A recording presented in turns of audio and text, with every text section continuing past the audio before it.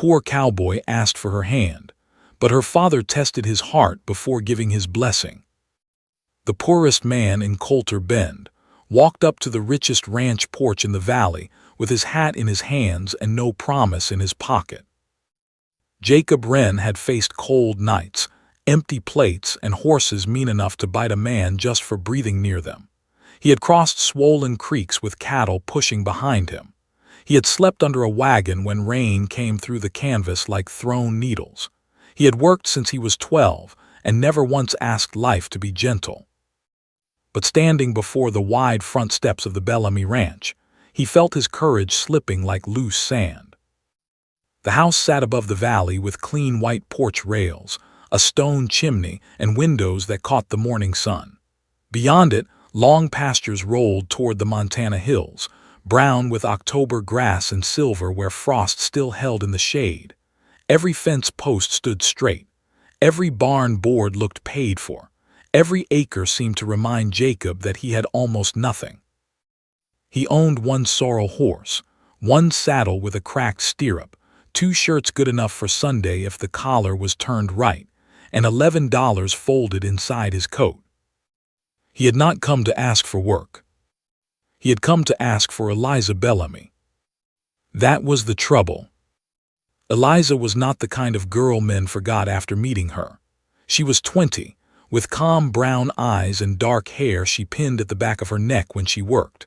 She did not flutter when men spoke to her. She did not act helpless when a gate stuck or a horse pulled wrong. She had a way of looking at people that made them stand a little straighter, as if she could see the honest part first and the foolish part after. Jacob had first seen her in June beside the dry creek, crossing east of town. A wagon wheel had sunk into the mud after a late storm, and the driver, an old widow named Mrs. Hanley, was near tears trying to free it. Jacob had been riding fence for the Bar T outfit and was already late getting back. He could have passed with a nod. Plenty of men would have. Eliza was there before him, her skirt hemmed dark with mud, both hands braced on the wagon side. "Push when I say," she told Mrs. Hanley, calm as a preacher before Sunday hymns. Jacob had swung down from his horse without asking who she was. "I can help," he said. Eliza looked at his worn coat, his dusty boots, then his face. "Then put your shoulder there and don't quit halfway." That was the first thing she ever said to him. He did not quit halfway. Together they freed the wagon, though the mud took one of Jacob's boots and nearly kept it. Mrs. Hanley laughed after she was safe, and Eliza laughed too, not loud, but warm enough to stay with him all day. Before she climbed into her own buggy, she handed him the boot he had lost. "You work for the Bar T?" she asked. "Yes, ma'am." "Then you are a long way from your fence line." "So are you." She smiled at that. "I go where help is needed." He should have forgotten her. A hired cowhand had no business remembering a rancher's daughter, but memory does not ask permission. By July, every ride near the Bellamy pasture felt dangerous. By August, he knew which road Eliza took into town on Saturdays. By September, he hated himself a little for hoping to see her and felt grateful every time he did. She did not make it easy on him. Once at the mercantile, she found him counting coins for coffee and flour, and he stepped aside quickly, ashamed for no reason he could name. She noticed. "You count money like it is going to run away," she said. "It usually does." She looked at the flour sack in his hand. "You eating enough out at Bar T?" He gave a small smile, enough to keep from blowing over. Her face changed then, not pity. Jacob would have walked out if he had seen pity. It was something softer and more careful. "A man should not have to joke about hunger," she said. He had no answer. 2 weeks later, when he found a cloth-wrapped parcel hanging from his saddle horn outside the livery, there were biscuits inside, still warm, and a folded note. No man should ride on an empty stomach. No name was signed, none was needed. He kept that note under the lining of his small wooden trunk. By October, the whole valley knew what Jacob was trying not to say. Men at the livery smirked when Eliza's buggy passed. The bar T foreman warned him twice not to reach above his station. Even Jacob's closest friend, Amos Pike, told him plain, "Bellamy will skin you with his eyes before you finish the first sentence." Jacob had believed him. Silas Bellamy was not cruel, but he was not soft either. He had built his ranch from wild grass and debt, and every man in Coulter Bend knew he could judge cattle, weather, and character faster than most men could read a price board. He had buried one son to fever, raised one daughter like she was stronger than glass, and guarded his home with the quiet force of a man who had already lost enough. Jacob reached the porch and stopped. Inside, something moved. A chair leg scraped. A woman's voice, likely Mrs. Bellamy, spoke low from the kitchen. Somewhere behind the barn, a horse stamped against the cold. Jacob lifted his hand to knock, then lowered it. He thought of his $11. He thought of Eliza's biscuits. He thought of the way she had said, "Don't quit halfway." So he knocked. The door opened after a moment, and Silas Bellamy filled the frame. He was a tall man with silver at his temples, a thick gray mustache, and eyes the color of Winter Creek water. He looked at Jacob's hat, then his boots, then his face. "Morning," Silas said. Jacob swallowed. "Morning, sir." Silas waited. Jacob had practiced words for 3 nights in the bunkhouse. Fine words, respectful words, words that might make him sound like more than a poor hand with a foolish hope, but every one of them scattered the moment Silas Bellamy looked at him. So Jacob told the truth. "Mr. Bellamy, I came to ask permission to court your daughter." The house went still.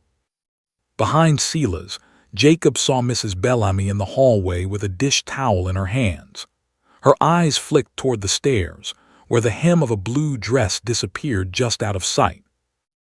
Eliza was listening. Silas did not turn around.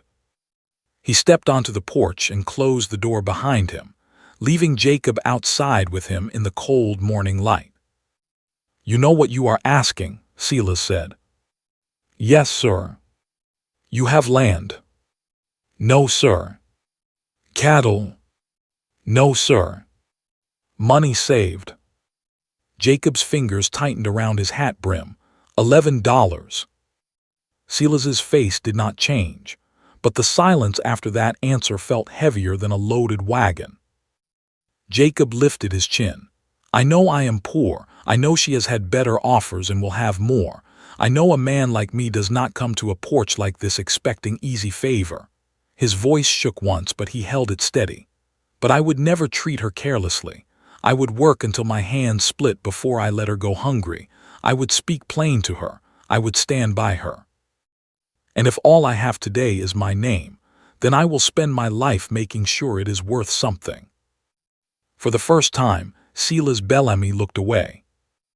Not far, just toward the lower pasture, where the frost was beginning to melt from the grass. When he looked back, something in his eyes had changed, though Jacob could not tell if it was mercy or warning. "My daughter does not need a rich man," Silas said quietly. "She needs a good one." Jacob's breath caught. But Silas raised one hand before hope could rise too high. "And I do not know yet if you are that man." The porch boards creaked under the older man's boots as he stepped closer. "There is a place north of here," Silas said. "Widow Carter's spread. Her husband died last spring. Her fence is down, her hay is short, and winter will take half her stock if somebody does not set things right. She cannot pay wages. She can barely keep feed in the barn." Jacob listened, his heart beating hard. "You will go there before sundown," Silas said.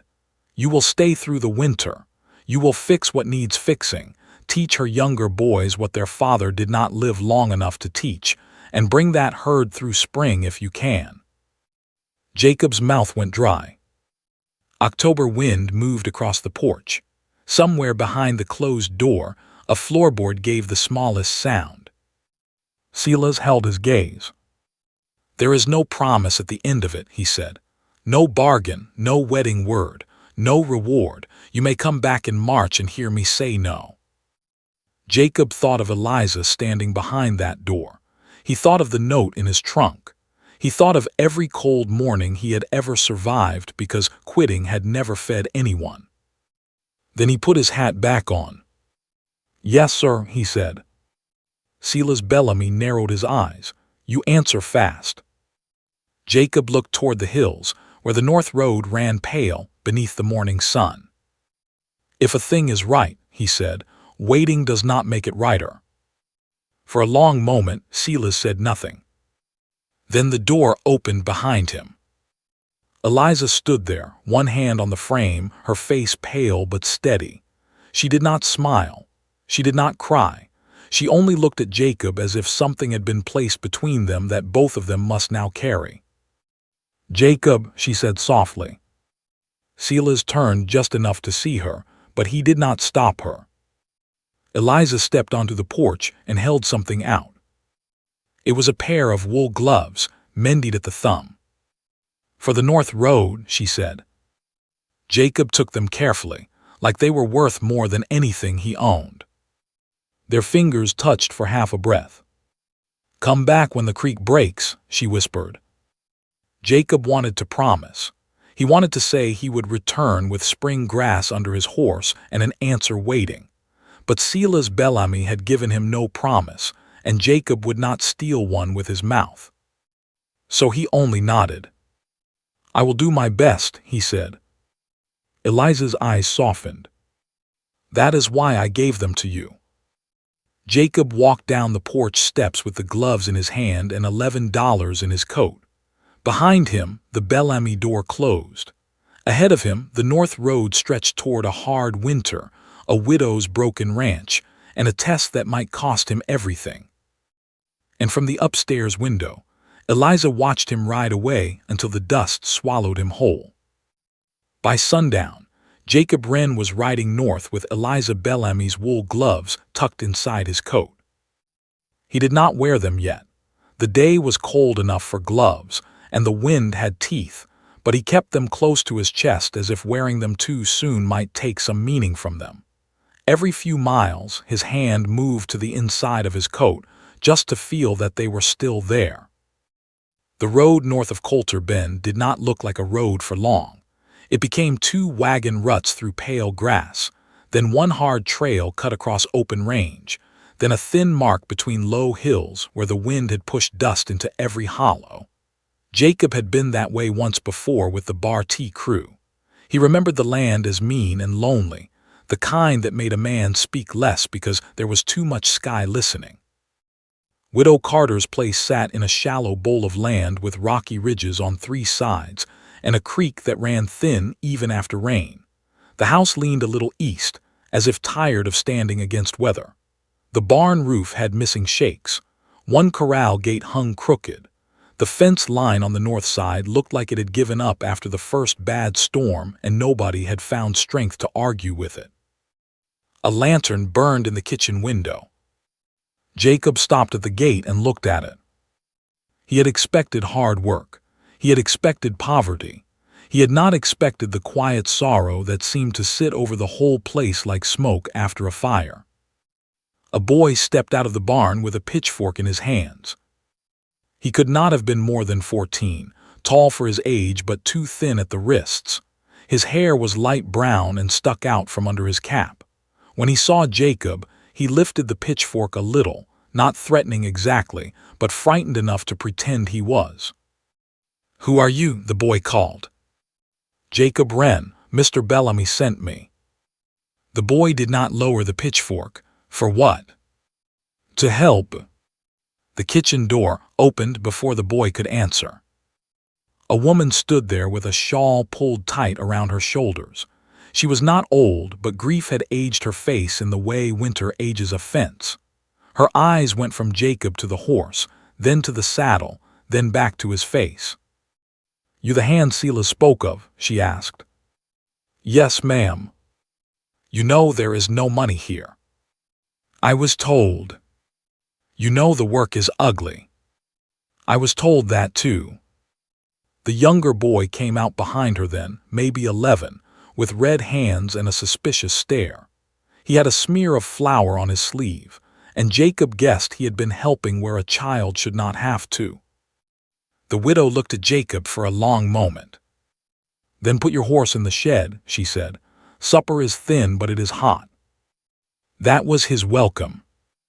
Her name was Martha Carter. Her older son was Eli. The younger one was Noah. Her husband, Daniel, had been thrown from a horse the previous April while moving cattle down from the ridge pasture. He had lived 2 days after it, long enough to tell Eli where the winter feed was stored, and Noah where he had hidden the good bridle, but not long enough to teach either boy what to do with a ranch that had always run on his hands. Jacob learned that much over bowls of watery bean stew. Nobody said the dead man's name loudly. It came out low, as if the house might break if it heard. Eli watched Jacob across the table the entire meal. You fixing to tell us what we've done wrong? The boy asked at last. Martha closed her eyes. Eli. Jacob set his spoon down. No, he said. I figure I'll learn what needs doing first. Eli's mouth tightened. Men already came and looked. Mr. Dobbs from town said Mama ought to sell before winter makes the place worthless. Mr. Dobbs owned cattle. No. Then I would not let him judge yours. For the first time, Noah smiled into his bowl. Martha looked down quickly, but Jacob saw her hand tremble around the spoon. After supper, she showed him the small room behind the pantry where he could sleep. It had a narrow cot, one quilt, and a window that rattled every time wind moved along the wall. It is not much, she said. Jacob thought of sleeping under wagons, in barns, and once inside a freight shed with 3 strangers and a dog that snored louder than a drunk. It is more than enough. She seemed unsure what to do with that answer. Before she left, she paused with her hand on the door. Silas Bellamy said you were trustworthy. Jacob looked up. That is kind of him. He did not say it kindly, Martha said, but I know what he meant. Then she left him alone. Jacob sat on the cot in the small cold room and pulled Eliza's gloves from his coat. The mending on the thumb was neat, careful, done by a patient hand. He turned them over slowly. He had no letter from her, no promise, no ribbon, no word that would stand before her father, just gloves for the North Road and one whispered command. Come back when the creek breaks. He laid the gloves under his folded coat and slept with one hand near them. The next morning showed him the truth of the Carter place. It was worse than Silas had said. The haystack was lower than it should have been by half. The cattle were scattered too wide, wasting strength searching poor ground. The water trough near the lower pen leaked. A broken hinge on the feed shed had let snowmelt damage 2 sacks of grain. The north fence was down in 3 places, and the ridge pasture gate had been tied shut with rope because nobody had found the right pin. Nothing was ruined yet. That almost made it harder. A place fully ruined could be walked away from. A place almost ruined begged a man to save it. Jacob stood in the yard with Eli and Noah beside him. The boys watched his face like they were waiting for him to confirm their worst fear. He did not. We start with the trough, Jacob said. Eli blinked, not the fence. Cattle can stand behind a poor fence for one more morning. They cannot drink from an empty trough. Noah nodded as if this made perfect sense, though it clearly had not occurred to him before. By noon, Jacob had the trough patched. By evening, he had Noah carrying nails, Eli cutting boards, and the feed shed door swinging proper for the first time in months. He did not speak harshly. He did not call them boys in the belittling way men sometimes did. He gave instructions plain and expected them to listen. When Eli made a mistake, Jacob corrected it. When Eli made the same mistake twice, Jacob showed him again. When Eli threw the hammer down and snapped, "I ain't my pa," Jacob did not answer right away. The yard fell quiet. Even the wind seemed to move around them. Jacob crouched, picked up the hammer and held it out. "No," he said, "you are not." Eli's eyes flashed with hurt. Jacob kept his voice steady. "And nobody has the right to ask you to become him by winter." The boy stared at him. "You are 14, Jacob said. "That is old enough to learn. It is not old enough to carry a dead man's whole life on your back." Eli looked away fast, but not before Jacob saw the tears. Noah stood frozen by the feed shed, a nail pouch hanging from one small hand. Jacob set the hammer on the workbench. "We will learn one thing at a time," he said. "Today hinges, tomorrow fence, after that weather. That is how ranches are kept, not by becoming someone else, by learning what needs doing next." Eli wiped his nose with his sleeve and nodded once. That evening, Martha put an extra biscuit on Jacob's plate. It was small and hard at the edge, and she acted as if she had done nothing special. Jacob did not mention it. But after supper, when he stepped outside to check the sky, he found Eli waiting by the porch rail. "You really think the herd can make winter?" the boy asked. Jacob looked toward the dark shapes of cattle gathered low against the wind.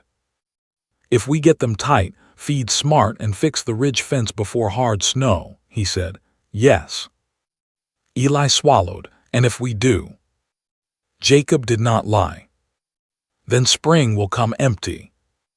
The boy stared into the dark. From inside the house came the sound of Martha washing dishes and Noah humming under his breath, too young to understand fully and old enough to be afraid. Eli's voice dropped. "Mr. Dobbs said he would buy the land, said Mama would be foolish not to take it." Jacob turned his head. "When did he say that?" "This morning, before you came." A slow unease moved through Jacob. "What else did he say?" Eli looked toward the kitchen window, making sure his mother could not hear. "He said help from Bellamy would not last, said poor men always leave when the cold gets mean." The words struck harder than Jacob expected. Poor men always leave. Jacob looked down at his hands. They were cracked already from one day's work. Then he reached inside his coat and pulled on Eliza's gloves for the first time. They fit a little tight across the knuckles, but they were warm. He looked back at the broken yard, the leaning barn, the low hay, the two boys trying not to be scared, and the widow pretending she still had choices. "I am not leaving," Jacob said. Eli studied him, as if trying to decide whether a man's words could be trusted before winter had tested them. Far off somewhere beyond the ridge, a coyote cried. The first snow began before dawn. The first snow did not fall kindly. It came sideways before the sun had fully risen, thin and sharp, sweeping over the Carter place like the sky had emptied a sack of white dust across the hills. By breakfast, the yard was pale. By noon, the broken north fence had disappeared beneath a crawling sheet of cold. The cattle had moved low toward the creek bottom, restless and uneasy, their dark backs showing through the storm like stones in moving water. Jacob Wren stood at the kitchen window with a biscuit in one hand and his eyes on the herd. Martha Carter watched him from the stove. "You are thinking instead of eating," she said. Jacob looked down at the biscuit as if surprised to find it there. "Yes, ma'am." That never helped a man stay upright. He took a bite to please her, though his mind had already gone to the fence line. A storm this early did not always stay, but it told a man what winter meant to do. If the north break was not mended quickly, the cattle would drift beyond the ridge and waste strength finding poor grass. If they scattered in weather, rounding them back would cost more than time. It could cost the spring. Eli came in with snow on his shoulders, winds worse by the barn. Noah followed him, carrying 2 pieces of firewood nearly as big as his arms. The red cow kicked the lower rail again. "She hungry?" Eli said. "They all are," Martha answered quietly. Nobody spoke for a moment after that. Hunger had a way of entering a room before winter did. It sat at the table, leaned near the stove, and waited to see who would look at it first. Jacob finished the biscuit and set his cup down. Eli, saddle the bay mare. Noah, gather wire from the shed, the straight pieces only. Mrs. Carter, if you have any old feed sacks, I can use them to wrap the tools. Martha turned from the stove. "You are going to the north fence in this?" "Yes, ma'am." "It can wait until the snow quits." "No," Jacob said, then softened his voice. "Begging your pardon, it cannot." Eli was already moving toward the door, but Martha stayed still. Her face showed the strain of a woman who had spent months watching men decide things over her land, her animals, and her future. Jacob saw it and stopped reaching for his coat. "This is your place," he said. "I will not order inside it." Martha looked at him, startled by the respect in that sentence. Jacob pointed through the window toward the white hillside. "But if that fence stays open, the herd will drift north. If they drift, we spend feed and strength getting them back. If they weaken before December, we will spend the rest of winter losing what could have been saved today." Martha's hand tightened around the edge of the stove. "How many hours?" she asked. "Most of the day." "In this wind?" "Yes." Her eyes moved to Eli, then Noah. "My boys go." "Eli comes with me," Jacob said. "Noah stays near the barn and watches the lower pen. That is important work." Noah straightened a little at that. Martha looked back to Jacob. "Bring my son home before dark." It was not a request. Jacob nodded. "I will." The north fence was 1.5 miles from the house, but in that storm it felt like 10. The bay mare did not want the ridge. Jacob Sorrel hated the wind and showed it with every sideways step. Eli rode with his jaw tight and his shoulders hunched, trying hard not to look young. Snow gathered on his cap and melted down his neck. They found the first break where the land dipped before rising toward Carter Ridge. 3 posts had leaned loose in the soft ground. 2 rails were split. Wire hung slack beneath frost. Beyond it, hoof tracks already crossed into the open north range. Jacob dismounted. Eli looked at the tracks and cursed under his breath. "Did they get far?" he asked. "Not yet." "How do you know?" Jacob pointed to the snow. "Fresh tracks, but not deep. They crossed slow. They are grazing just over the rise." Eli stared at the marks, trying to read what Jacob had read in a breath. "My pa could do that," he said. Jacob pulled the feed sacks from behind his saddle and laid the tools on them. "Then he taught you more than you think." "He didn't teach me enough. He did not get the time." The boy said nothing. They worked in cutting wind, driving posts with hands that numbed inside gloves. Jacob wore Eliza's mended pair and was grateful for every stitch. Eli's fingers stiffened fast, but he did not complain. Once, when the hammer glanced and struck his thumb, he turned away with his teeth clenched and made no sound. Jacob saw it anyway. "Warm your hand under your arm," he said. "I'm fine." "You are not. Warm it." Eli glared at him, then obeyed. Jacob kept working while the boy stood with his injured hand tucked tight under his coat. For a while, only the wind spoke. Then Eli's voice came low. "Mr. Wren." "Jacob is fine." "Jacob," the boy swallowed the name like it felt strange. "If Mama sells, where do we go?" Jacob pushed wire through a staple and pulled it tight. "Has she said she will?" "No, but I heard her crying last week. She thought we were asleep."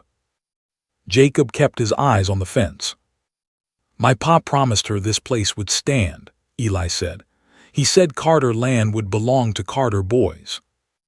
That sounds like a promise a father would make. It is a promise I cannot keep. Jacob drove the staple with 3 steady strikes, not alone. Eli looked at him. That is the part men forget, Jacob said. They think keeping a promise means carrying the whole weight without bending. Sometimes it means letting another hand under the load long enough to stand again. Eli turned away, blinking hard against more than snow. By late afternoon, the first break held. The second was worse. A cottonwood limb had fallen across the wire, pulling half the line down with it. Jacob knew as soon as he saw it that darkness would catch them before they finished. Eli knew too. Ma said before dark, the boy said. We have a little time. The cattle will push through here. Yes. Eli wiped snow from his face. Then we fix it. They cut the fallen limb with a dull saw that fought them at every pull. They braced one new post with stones because the frozen ground would not take it deep. Jacob showed Eli how to twist 2 lengths of broken wire together with the handle of a hammer. The boy's hands shook from cold, but his eyes stayed sharp. When the last rail was set, the sky had turned iron gray and the light was nearly gone. Then they heard the bell. Not a church bell, not a supper bell. The small brass bell from the Carter porch rung hard and fast. Eli's face drained. Mama! Jacob was already reaching for the horses. They rode back through thickening snow with the wind at their backs, fast as the trail allowed. Halfway down the slope, Jacob saw movement near the lower pen. Dark shapes pressed against the gate. Cattle bunched wrong. A broken latch swung loose. Noah stood on the wrong side of the rail, waving both arms, trying to turn them before they pushed into the yard. The red cow lunged against the gate. Noah slipped. Eli shouted his brother's name. Jacob drove his sorrel forward. He did not think of Selah's Bellamy. He did not think of Eliza waiting by a warm ranch window. He did not think of tests, blessings, or spring. There was only a small boy in snow, a loose gate, and a herd scared enough to crush what stood before it. Jacob swung down before his horse fully stopped. His boots hit ice and nearly went out from under him. He caught the top rail, shoved Noah backward through the gap, and threw his own shoulder into the gate as the first cow hit it. Pain burst through his side. The gate held for one breath, then another. Eli, Jacob shouted, chain. Eli ran, slipping, crying, fighting the snow with every step. Martha was on the porch, ringing the bell with one hand and covering her mouth with the other. Noah lay in the snow behind Jacob, coughing but alive. The red cow pushed again. The gate slammed into Jacob's ribs. His breath left him, but his hands stayed locked. Eli reached the chain and dragged it around the post. Pull it tight, Jacob shouted. I am trying. Now, Eli. With a sound that was half sob and half growl, Eli pulled the chain through, hooked it hard, and dropped against the post. The gate stopped moving. For a moment, nobody moved. Then Noah began to cry. Martha ran from the porch, gathered him into her arms, and held him so tight he gasped. Eli stood beside the chained gate, shaking from cold and terror, staring at Jacob as if seeing him for the first time. Jacob stepped back, one hand pressed to his ribs. You did good, he said to Eli. The boy's mouth trembled. You could have been killed. Jacob looked at Noah in his mother's arms, then at the gate, then at the darkening hills. But I was. That night, after the boys were asleep and the storm still walked around the walls, Martha Carter stood in the kitchen doorway while Jacob sat near the stove with his ribs wrapped in cloth. You were sent here to fix fences, she said. Jacob looked up. Martha's eyes shone in the lantern light. But today you held my house together. He did not know what to say, so he said nothing. She crossed the room and placed a small tin box on the table. My husband kept papers in here, she said. Land notes, old receipts, things I never understood. Mr. Dobbs wants this ranch too badly, and I have begun to wonder why. Jacob looked at the box. The latch was rusted, but the lock had been forced once before. Martha's voice dropped to a whisper. I think someone has already been inside it. Jacob's bruised side throbbed as he leaned closer. And beneath the lid, folded under old tax papers, lay a deed with one corner torn clean away. The torn deed lay on the Carter kitchen table like a quiet accusation. Jacob Wren stared at it while the lantern flame trembled in the draft. Outside, the storm pressed snow against the windows and made the old house creak in its bones. Inside, the room felt too still. Martha Carter stood with her shawl held tight at her throat. Her eyes stayed on the missing corner of the paper, as if that small torn place had opened a hole beneath her whole life. Jacob reached for the deed, then stopped. May I? He asked. Martha nodded. He lifted it carefully. The paper was older than he expected, yellowed at the folds, soft from years of being opened and closed. Daniel Carter's name was written clear enough, and so was Martha's. The land description ran in narrow lines near the bottom, legal words that Jacob could read but not fully trust himself to understand. Then came the torn corner. The missing piece had taken part of a boundary mark, and what looked like the beginning of another name. Jacob turned the deed toward the lantern. This corner did not tear from age, he said. Martha swallowed. How can you tell? Paper tears crooked when it gives way on its own. He touched the edge lightly. This was pulled. Martha sat down slowly. For a moment, she looked less like a mother holding a ranch together, and more like a woman who had been walking in the dark too long. Daniel kept that box under our bed, she said. After he died, I opened it twice, once for the undertaker's bill, once when Mr. Dobbs came asking about the land note. Jacob's eyes lifted. Dobbs handled your papers. He said a widow ought not face county records alone. Her mouth tightened with shame. I was tired. The boys were watching me every minute, and the house was full of people telling me what I should do. He sat right there and told me he would help. Jacob looked at the chair she pointed to. He could almost see it. A grieving woman, 2 frightened sons, a polished town man with a soft voice and clean cuffs, offering help with one hand and reaching for the lockbox with the other. What did he want? Jacob asked. He said there was an old claim line running along the North Ridge. Said Daniel may have misunderstood how much land he owned. Said selling early would spare me court trouble. Jacob's fingers curled around the edge of the deed. The North Ridge, he said. Martha nodded. Where you fixed fence today. The room seemed to grow colder. Jacob thought of Dobbs telling Eli poor men always leave when the cold gets mean. He thought of the broken fence on the north side, the cattle drifting toward open range, the missing deed corner, and the ranch that a town man wanted too badly. Some troubles were born from weather, some were made by men. This one had fingerprints. Martha lowered her voice. Do you think he means to take it? Jacob set the paper down. I think he means for you to believe you have already lost it.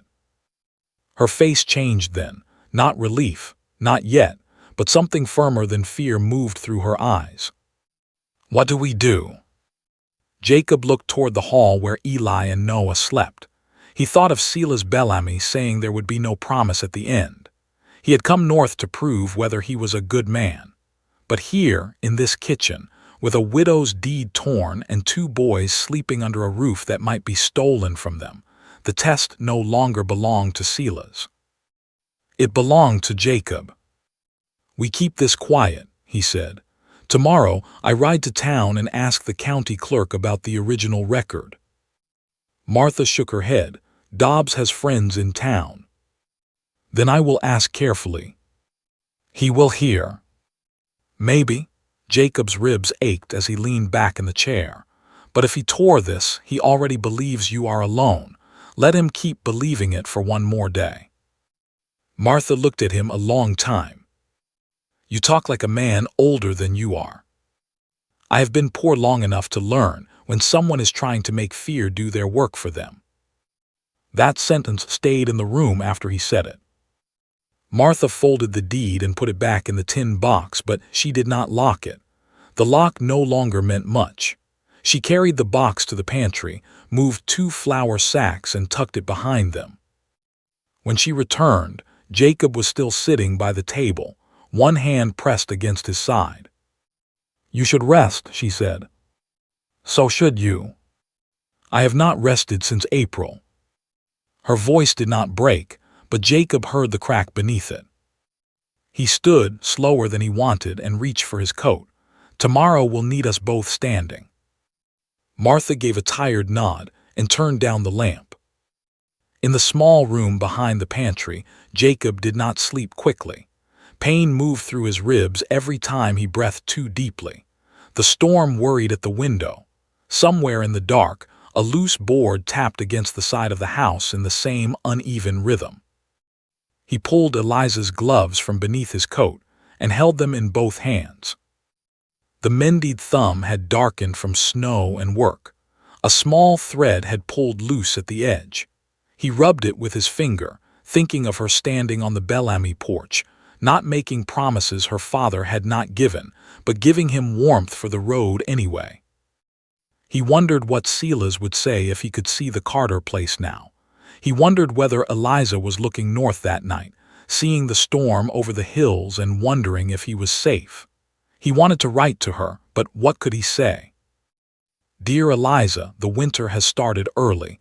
My ribs are bruised, the fence nearly failed, and I think a man in town may be trying to steal a widow's ranch. He almost smiled despite the pain. Then his smile faded. Because if Dobbs was the sort of man Jacob suspected, the next move would not be quiet. Morning came gray and hard. The snow had stopped, but the world outside was covered in a thin crust of white that broke under every boot step. Jacob woke before dawn and found Eli already in the barn, feeding the horses with stiff, careful movements. The boy glanced at Jacob's wrapped ribs. You riding today? To town. Eli's hand paused over the feed bucket, because of the papers. Jacob looked at him. Eli's face reddened. I heard some, not all. Jacob did not scold him. He remembered Eliza listening behind a door. Fear made listeners of people who were not invited into hard conversations. Yes, Jacob said, because of the papers. Eli set the bucket down. I'm coming. No. It's my land too. That is why you are staying. The boy's eyes flashed. That makes no sense. Jacob stepped closer. If Dobbs has a reason to trouble your mother while I am gone, she needs you here. No one needs you here. The stock needs you here. A man does not prove himself by running toward the loudest danger. Sometimes he proves it by staying where he is needed. Eli looked away, breathing hard through his nose. Jacob softened his voice. You want to help? Yes. Then check the lower gate twice. Keep Noah out of the pens. If anyone rides in while I am gone, you say your mother is resting and you do not answer questions. What if it's Dobbs? Especially then. Eli's jaw tightened, but he nodded. By 7, Jacob was riding toward Coulter Bend with his coat buttoned high, the cold biting through him, and a copy of the deed tucked inside his shirt. Martha had traced what she could on a separate paper so the original could stay hidden. The north road was slick where snow had melted and frozen again. His sorrel moved carefully, ears twitching toward every sound. Coulter Bend looked peaceful when he reached it near midday. Smoke rose from chimneys. Wagons stood outside the mercantile. A dog slept under the livery awning as if no trouble had ever entered the town. Jacob knew better. Trouble often wore a clean coat. He tied his horse behind the county office instead of out front. Inside, the building smelled of dust, ink, and coal smoke. The clerk, Mr. Abel Finch, was a narrow man with round spectacles and a habit of blinking before he spoke. Jacob removed his hat. "I need to see the land record for the Carter place north of town." Mr. Finch looked up too quickly. "The Carter place?" "Yes, sir." "What business is it of yours?" "I am helping Mrs. Carter through winter." The clerk's eyes moved toward the window, then back to Jacob. "Those records are not open for casual looking." Jacob kept his voice polite. "I was told county land records were public." "They are, in proper circumstances."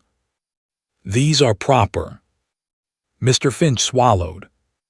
That was when Jacob understood. The man was afraid. Not guilty, maybe, but afraid. Jacob leaned one hand on the counter, ignoring the pain in his side. "Mr. Finch, I am not asking you to take sides. I am asking you to show me what is written where all men are allowed to read."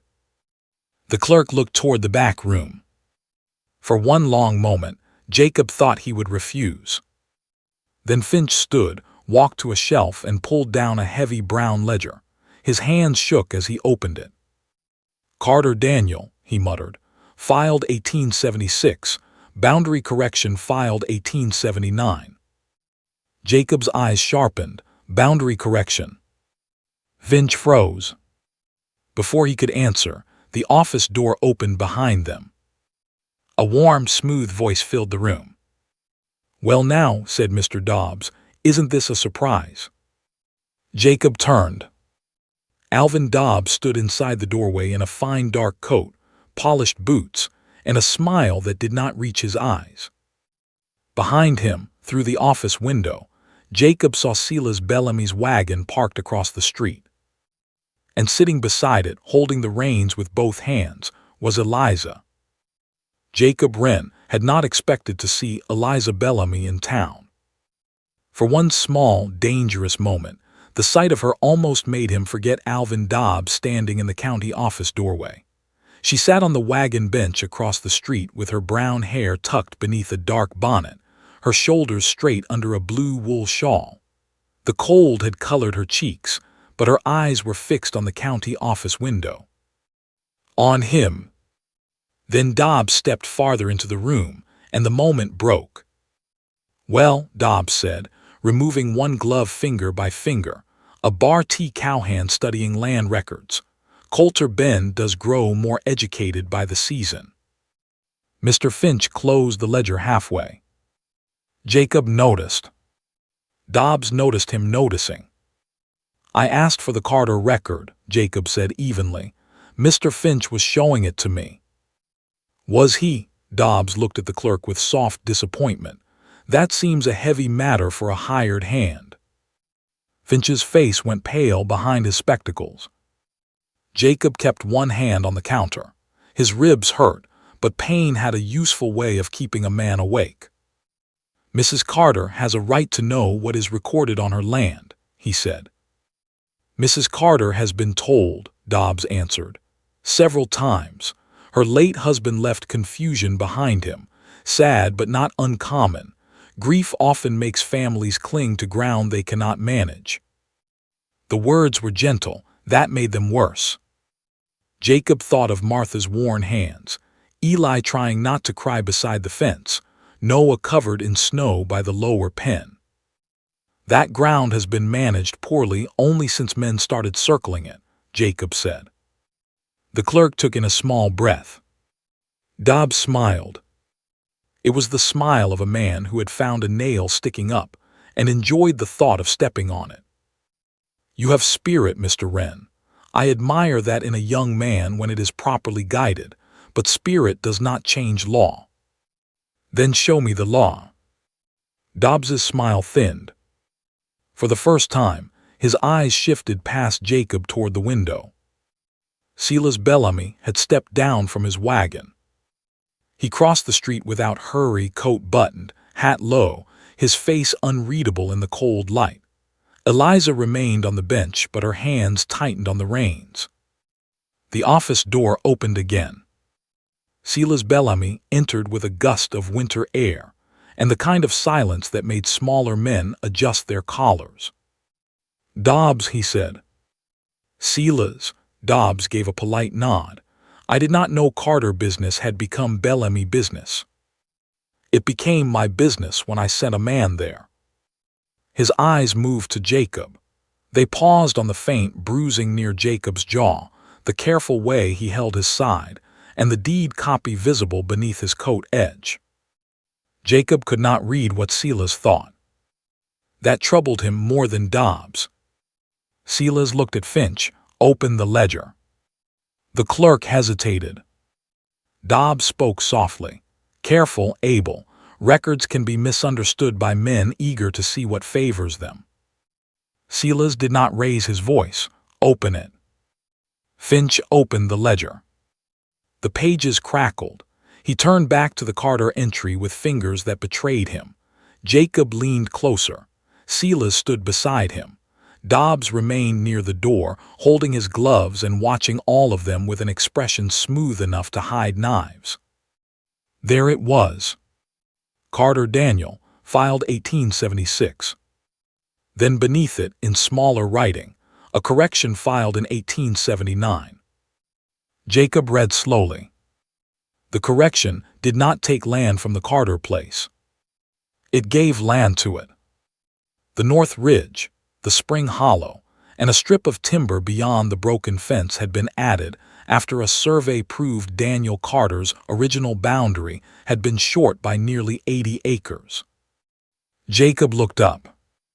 "The torn corner," he said. "That is where the correction was written."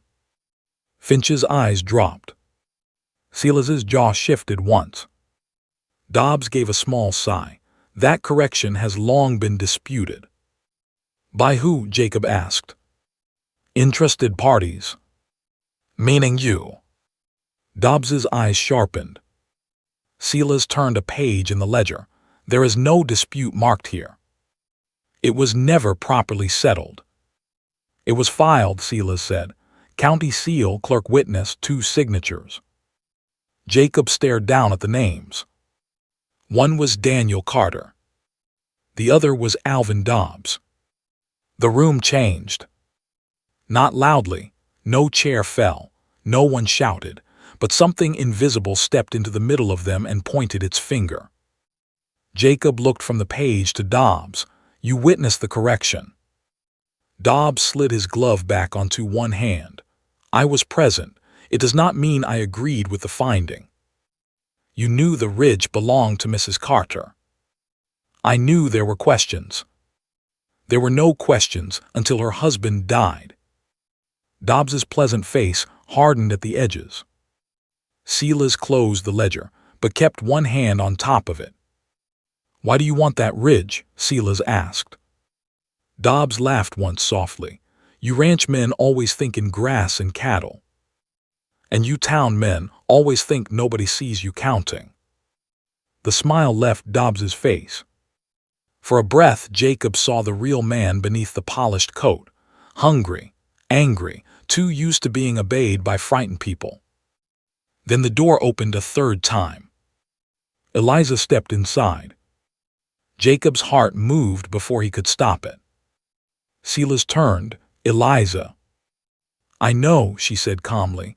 "I was told to stay in the wagon." Dobbs's gaze moved over her. "Miss Bellamy, this is hardly a room for delicate ears." Eliza looked at him without blinking, "Then speak plainly enough for them." Jacob almost smiled. He stopped himself only because his side hurt. Silas's expression did not change, but one eyebrow lifted in a way Jacob suspected meant trouble for later. Eliza stepped beside her father and looked at the ledger under his hand. "Is Mrs. Carter being cheated?" Nobody answered quickly enough. That was answer enough. Dobbs put his hat on. "This has become an unpleasant gathering. I came only to prevent confusion. If Mrs. Carter chooses to sell, she will do so with full knowledge." "No," Jacob said. She will do so with the missing corner restored. Dobbs looked at him. And how do you intend to restore it? Jacob had no answer. The original deed was torn. The county record proved the correction existed, but Dobbs had influence, and influence could muddy clean water faster than rain. A ledger in a fearful clerk's office might not be enough if Dobbs pressed the matter through men who owed him money. Silas seemed to know it too. He looked at Finch. Is there another copy? Finch swallowed. Surveyor might have kept one. Which surveyor? Earl Maddox. Silas frowned. Maddox left for Helena 2 years ago. He did, Finch said, but his old papers were stored in the back room after he sold the office. Dobbs turned sharply. Those are private papers. Finch flinched. Eliza stepped toward the counter. Private papers stored in a county office. Dobbs's face tightened. Silas looked at Jacob. Back room. Finch hesitated again, then took a key from his vest pocket. I can look, he said, but there are crates. It may take time. Dobbs opened the door.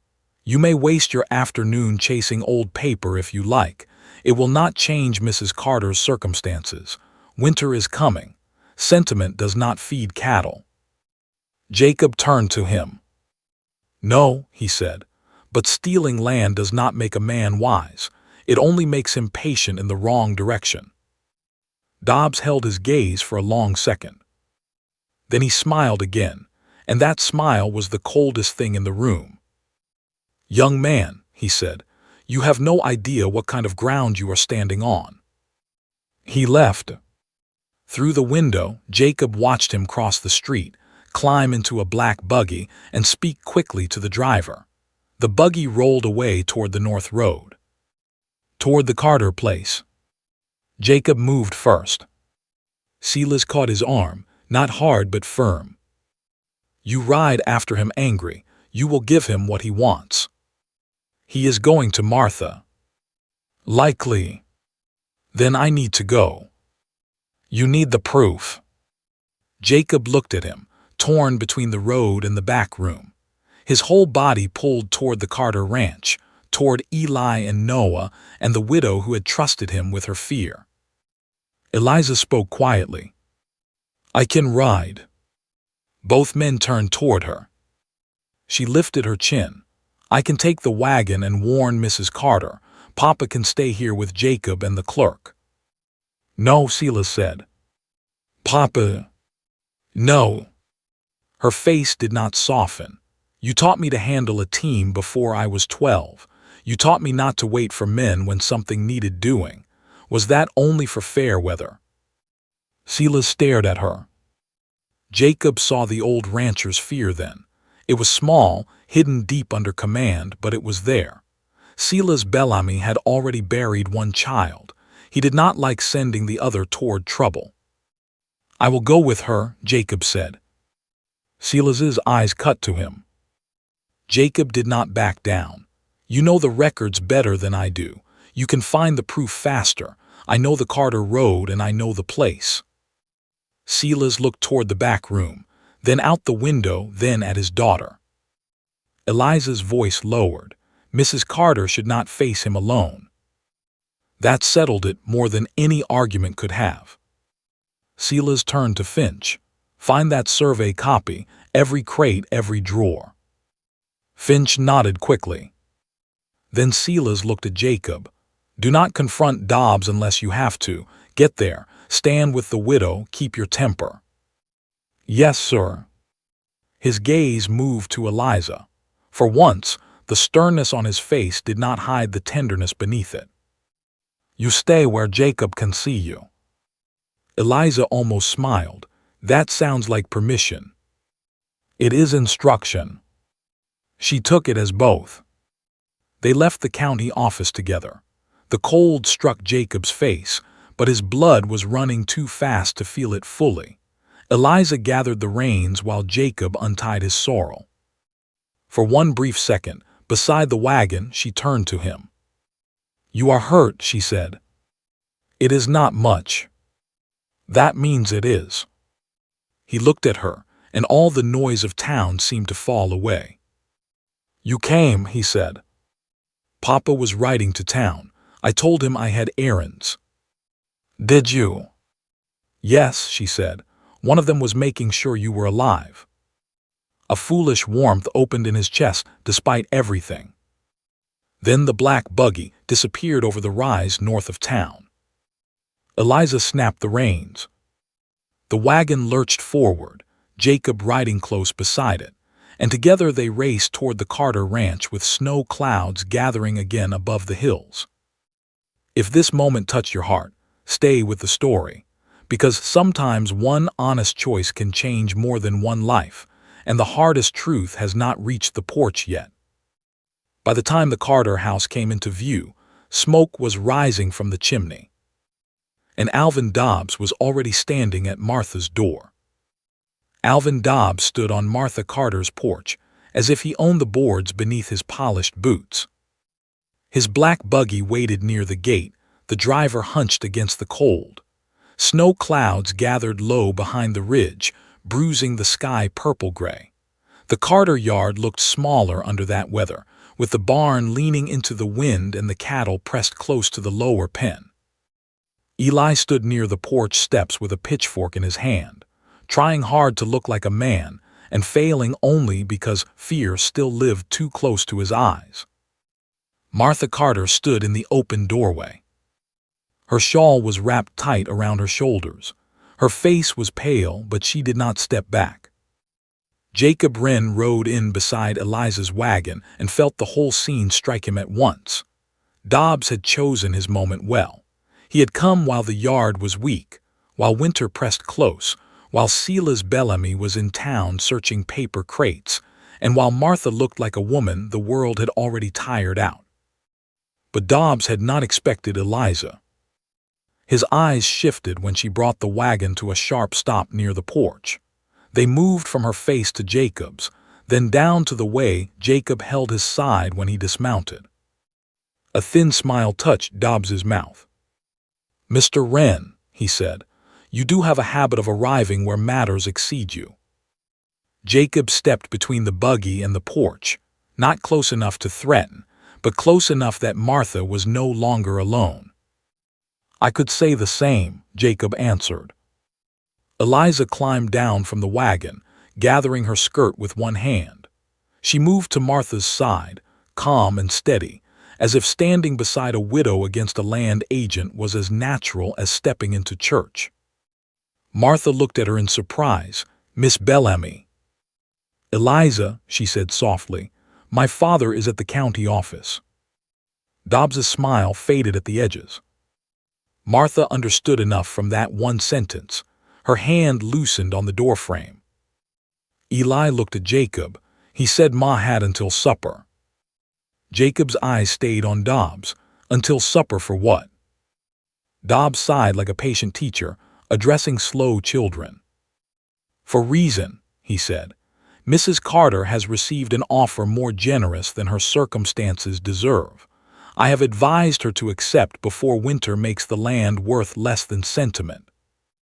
"My land is not sentiment," Martha said. Dobbs turned to her with practiced sorrow. "Mrs. Carter, your courage is admirable, but courage does not repair fences. Courage does not stretch hay. Courage does not settle boundary confusion."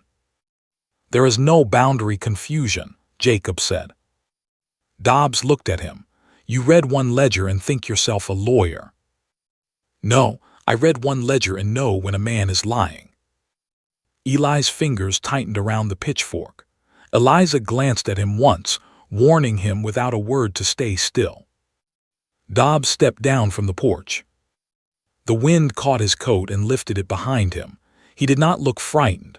That troubled Jacob. Men who felt trapped got loud. Dobbs only grew smoother. "You are poor, Mr. Wren," Dobbs said quietly, "and poor men often mistake insult for courage." Jacob felt the words land where Dobbs meant them to. Old shame stirred in him. $11, worn boots, counting coins in the mercantile while Eliza watched, years of being measured by what he lacked. Then he felt the gloves on his hands. Eliza's mended gloves, Martha's trust, Eli's frightened hope, Noah watching from the barn door with his small face half hidden behind the frame.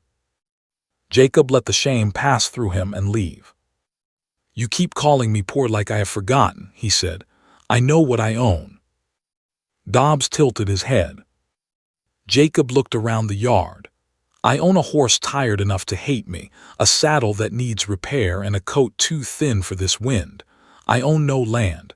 I own no cattle. I own no banknote with my name worth reading." His voice stayed even. "But I also own my word, and that is more than some men carry in a fine coat." For the first time, Martha's mouth trembled with something close to hope. Dobbs's eyes hardened. Eliza stepped forward then. "Mr. Dobbs, why did you witness Daniel Carter's boundary correction in 1879, and then tell his widow the correction was uncertain?" Silence dropped over the yard. Eli looked from Eliza to Dobbs. Martha turned slowly, her face tightening. Dobbs did not answer right away. "That is a legal matter," he said at last. "It is a simple question," Eliza said. "Young lady, your father may allow you to speak freely in his house, but this is not his parlor." "No," she said, "it is Mrs. Carter's porch." Jacob looked at her then, and even in danger, something inside him warmed. Eliza Bellamy did not raise her voice. She did not tremble. She simply stood in the cold and spoke truth like it had always belonged to her.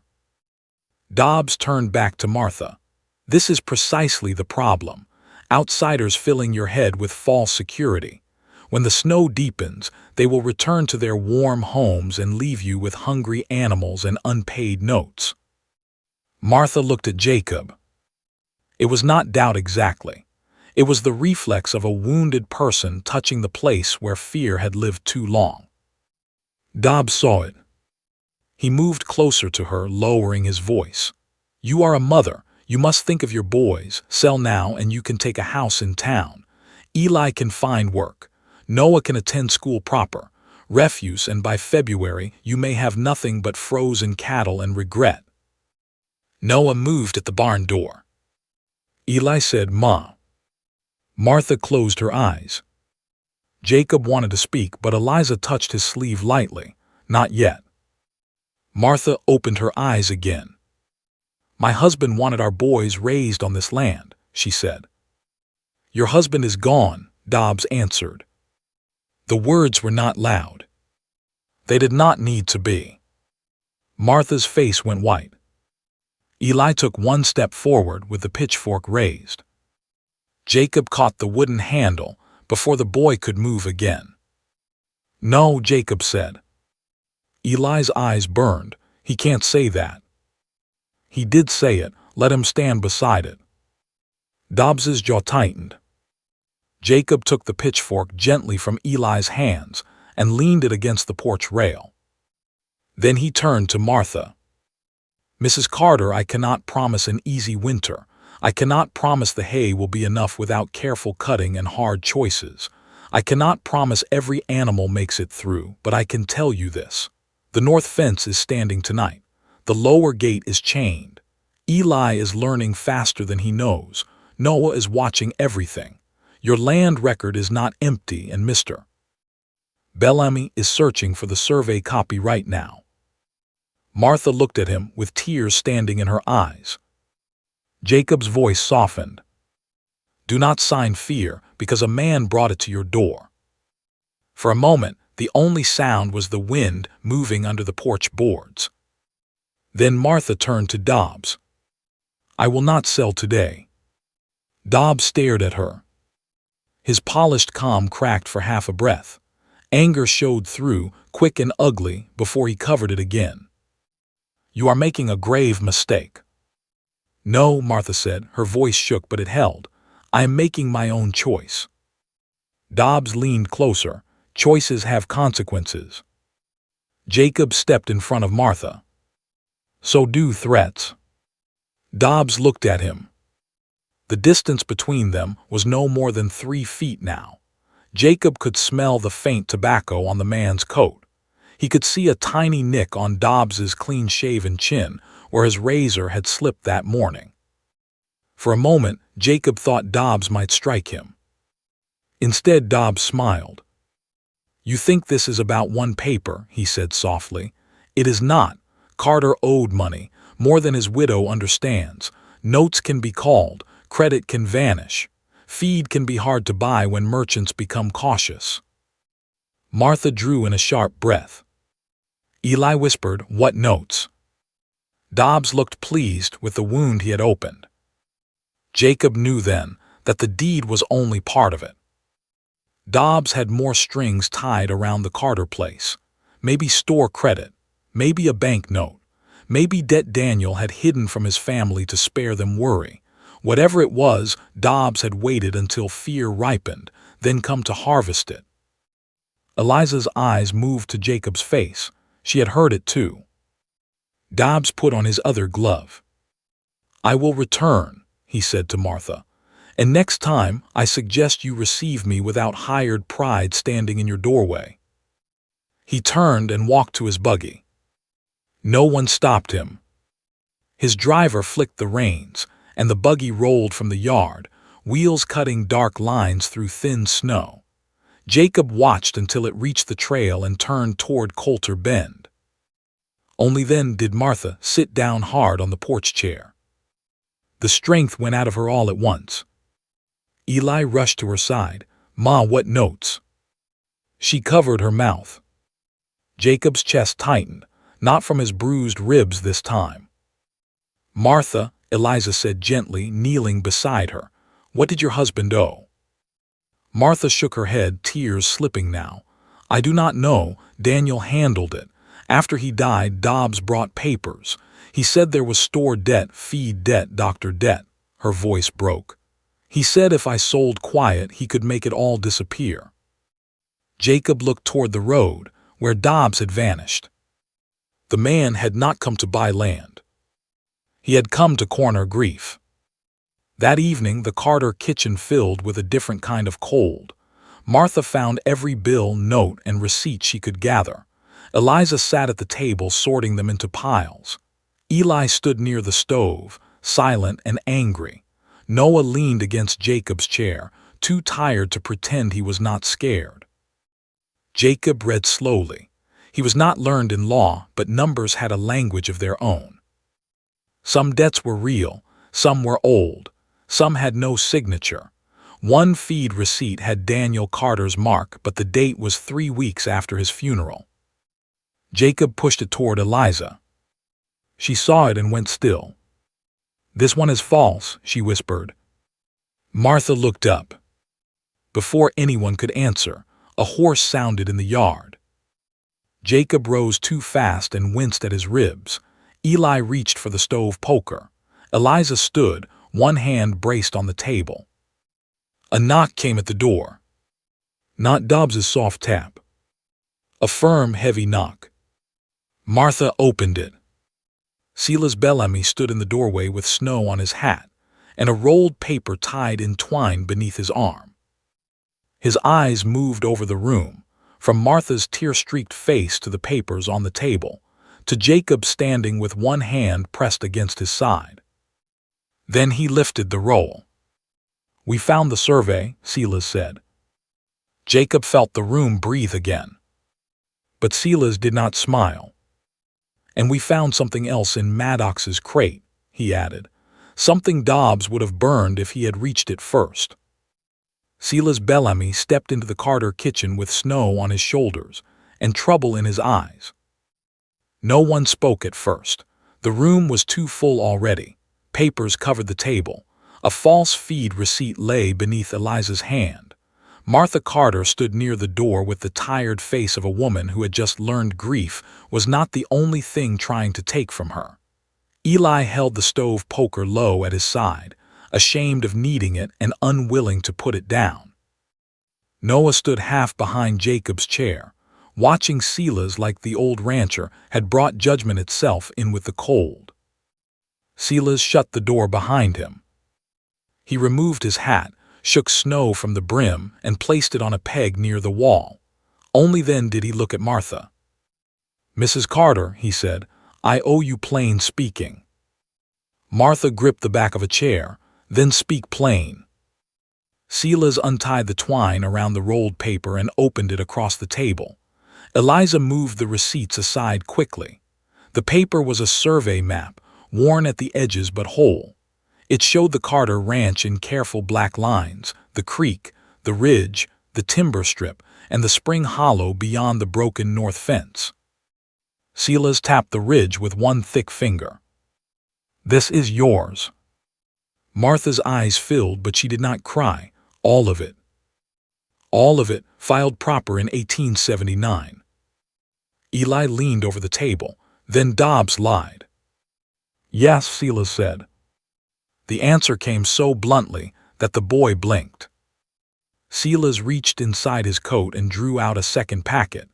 This one was smaller, folded in oilcloth. He laid it beside the survey map, but his hand stayed on it for a moment. "This is what we found under Maddox's old account book," he said. "The surveyor kept notes on every correction he made. Most men would have thrown them away. Maddox did not." Jacob watched Silas's face. The older man looked colder than the storm outside.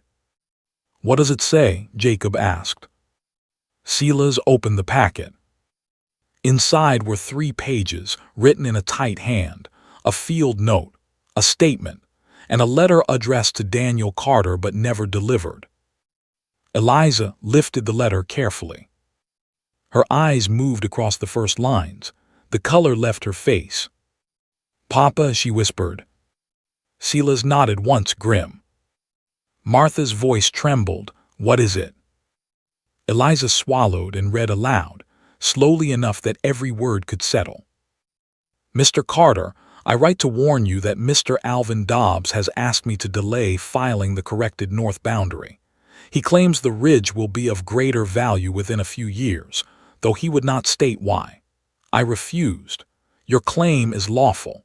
I advise you to keep your deed copy safe and speak of this matter to no one who has business with Dobbs." The kitchen went silent. Jacob looked at the map again, at the spring hollow, at the strip of timber, at the ridge that Dobbs had tried so hard to pry loose from a widow's hands. "What value?" Eli asked. "It's rocks and trees." Silas did not answer right away. That delay told Jacob the answer mattered. Eliza looked up from the paper. "Papa."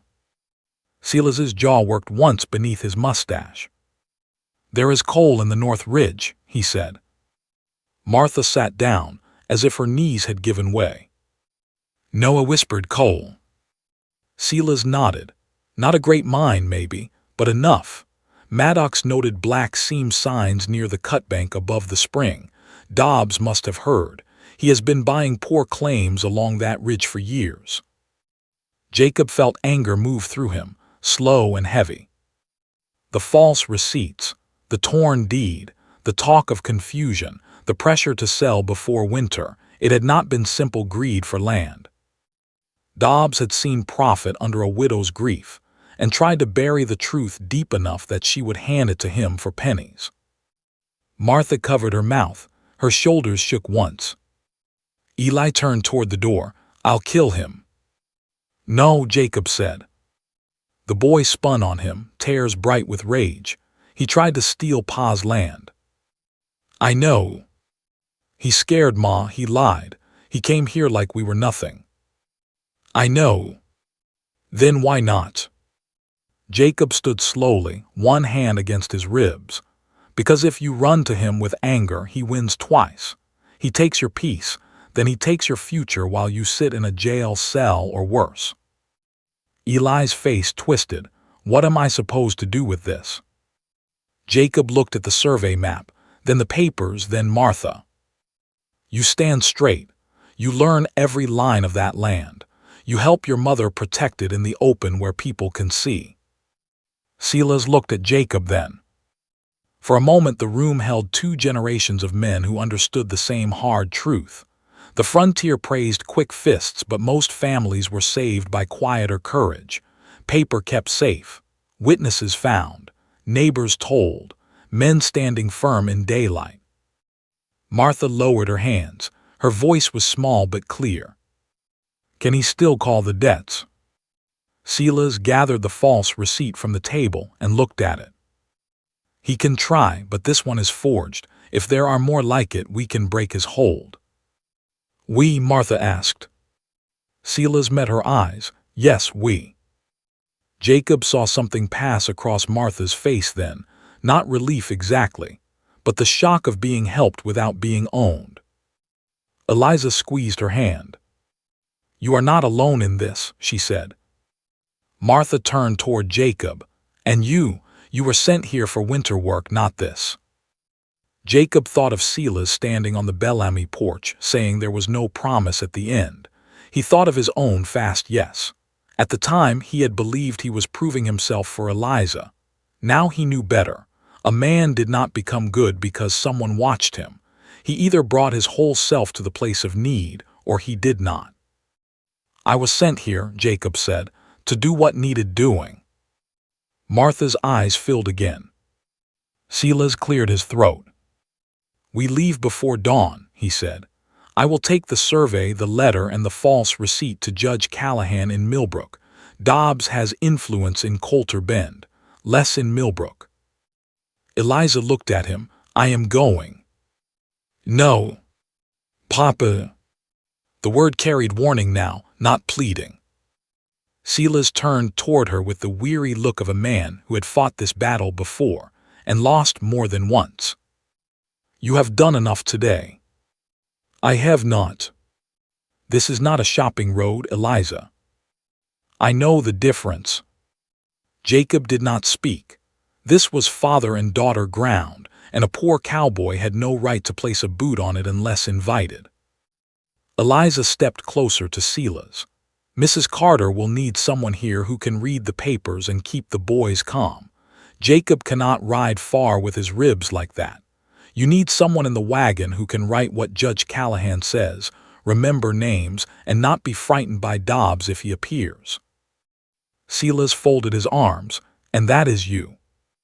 Yes. Silas looked at Jacob. His eyes held a question he did not say aloud. Can she do this? Jacob answered carefully. She did it today. Eliza looked at him, and for half a breath the fear in the room softened into something warmer. Silas exhaled through his nose. Your mother will blame me. My mother will say she expected this. That almost made Martha smile. Silas rubbed a hand over his face. Fine, you ride in the wagon, you stay with me. You do not step into any room first. Eliza nodded, agreed. Jacob doubted she meant it fully, but Silas seemed too tired to challenge the edges. They spent the next hour sorting every debt paper Martha owned. Silas marked what looked proper. Eliza copied names and dates. Jacob found 2 more receipts that smelled wrong. One had Daniel's mark written too neatly. Another charged for winter feed delivered in July, when the Carter herd would have been on grass and no man with sense would have bought that much hay. Eli sat beside Jacob, learning to look at dates, marks, and witness lines. Men steal with ink too, Jacob told him quietly. Eli nodded, anger still in his face but steadier now. Near midnight, Martha made coffee. It was weak, but nobody complained. The storm returned outside, tapping ice against the windows. Noah fell asleep with his head on his folded arms. Eliza covered him with her shawl without thinking, then shivered and pretended she was not cold. Jacob noticed. He moved his coat from the chair and held it toward her. She shook her head. You need it. You gave me gloves. That was different. How? Her eyes met his across the lamplight. I wanted you to come back. The room seemed to fall away again, just for them. Jacob's throat tightened. I still do.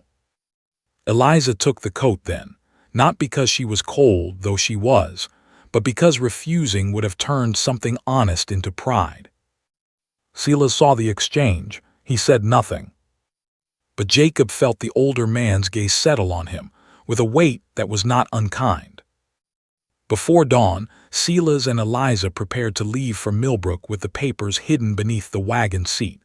Martha stood on the porch with her sons beside her. Snow lay thin across the yard, and the cattle shifted in the gray light. Silas climbed into the wagon and took the reins. Eliza paused before stepping up. She looked at Jacob. "Rest today." He almost laughed. "There is work." "Then do less of it."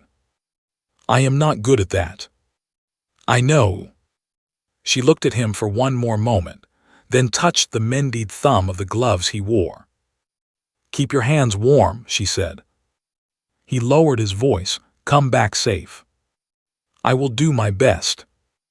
He heard his own words from her mouth and felt them settle deep. The wagon rolled out at first light, carrying the proof toward Millbrook. Jacob watched until it vanished beyond the ridge. Then a sound came from the barn. A horse snorted, sharp and frightened. Eli turned. What was that?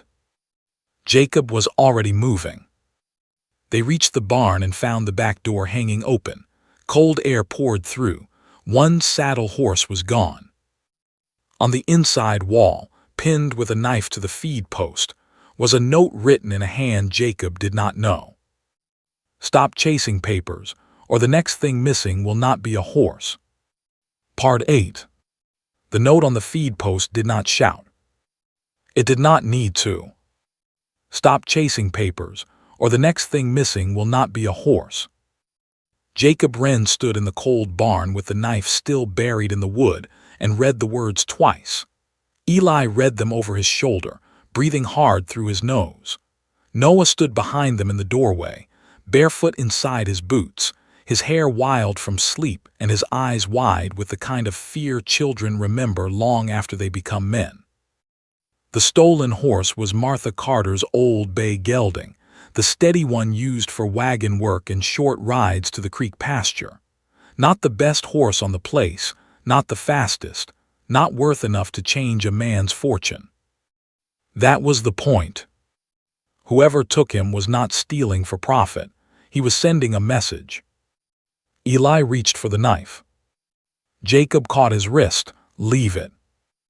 "It's our knife." "I know." "Then let me pull it out." "Not yet." Eli jerked his arm back. "You keep telling me not yet." Jacob turned to him, because anger moves faster than sense. "My horse is gone." "And Eliza is on the road with your proof," Jacob said, voice low but firm. "If this was meant to scare us, it was also meant to pull us apart. We do not help him do that." Eli looked away, jaw tight, eyes wet with rage. Martha came in then with a shawl over her nightdress and a lantern in her hand. The light shook across the barn boards as she saw the empty stall, then the note. For one moment, she looked as if something inside her folded. Then Noah whispered, "Ma." Martha straightened. That small voice reached her where fear could not. She stepped past Jacob and put one hand on Noah's shoulder, the other on Eli's arm. "No one leaves this yard alone," she said. Jacob nodded. "That is right." Eli looked at him. "So we just stand here?" "No," Jacob said, "we look." They found tracks behind the barn, though the snow had begun to crust and the wind had worked against them. One horse led out. One man on foot beside it for the first 20 yards. Then boot marks turned back toward the south ridge, and the horse tracks continued east. Jacob crouched, pain biting through his ribs. Eli crouched beside him. "What do you see?" Jacob asked. The boy frowned at the ground. "Horse went east." "Yes." "Man went south." "Yes." "He let the horse go."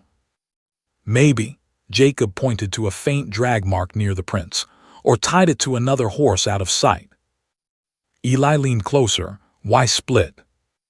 "So anyone following quick would chase the horse and miss the man." Eli's eyes lifted. "You think he's still near?" "I think he wanted us to wonder that." Martha stood a few steps behind them, holding Noah close. The yard felt different now. The open land around the Carter place no longer looked empty. Every ridge could hold eyes. Every cottonwood shadow seemed deeper than it had before. Jacob stood carefully. "We bring the cattle tighter to the lower pasture," he said. "We bar the barn at night. Eli, you and I will fix that back latch today. Noah, you stay where your mother can see you." Noah nodded fast. Martha looked toward the east track, and the horse. Jacob hated the answer before he gave it. "If we chase him blind, we risk more than a horse. We wait for Silas and Eliza." Eli kicked at the snow. "Pa would have ridden." Martha flinched. Jacob let the words sit there for one breath. Then he said, "Maybe. And maybe if your father were standing here, he would look at your mother, your brother, this ranch, and decide a horse can be found after the house is safe." Eli's face burned. He stormed past them into the barn, but he did not saddle anything. That was enough for now. The day became a long line of small defenses. Jacob did less than his pride wanted, and more than his ribs allowed. He and Eli fitted a new crossbar on the back barn door.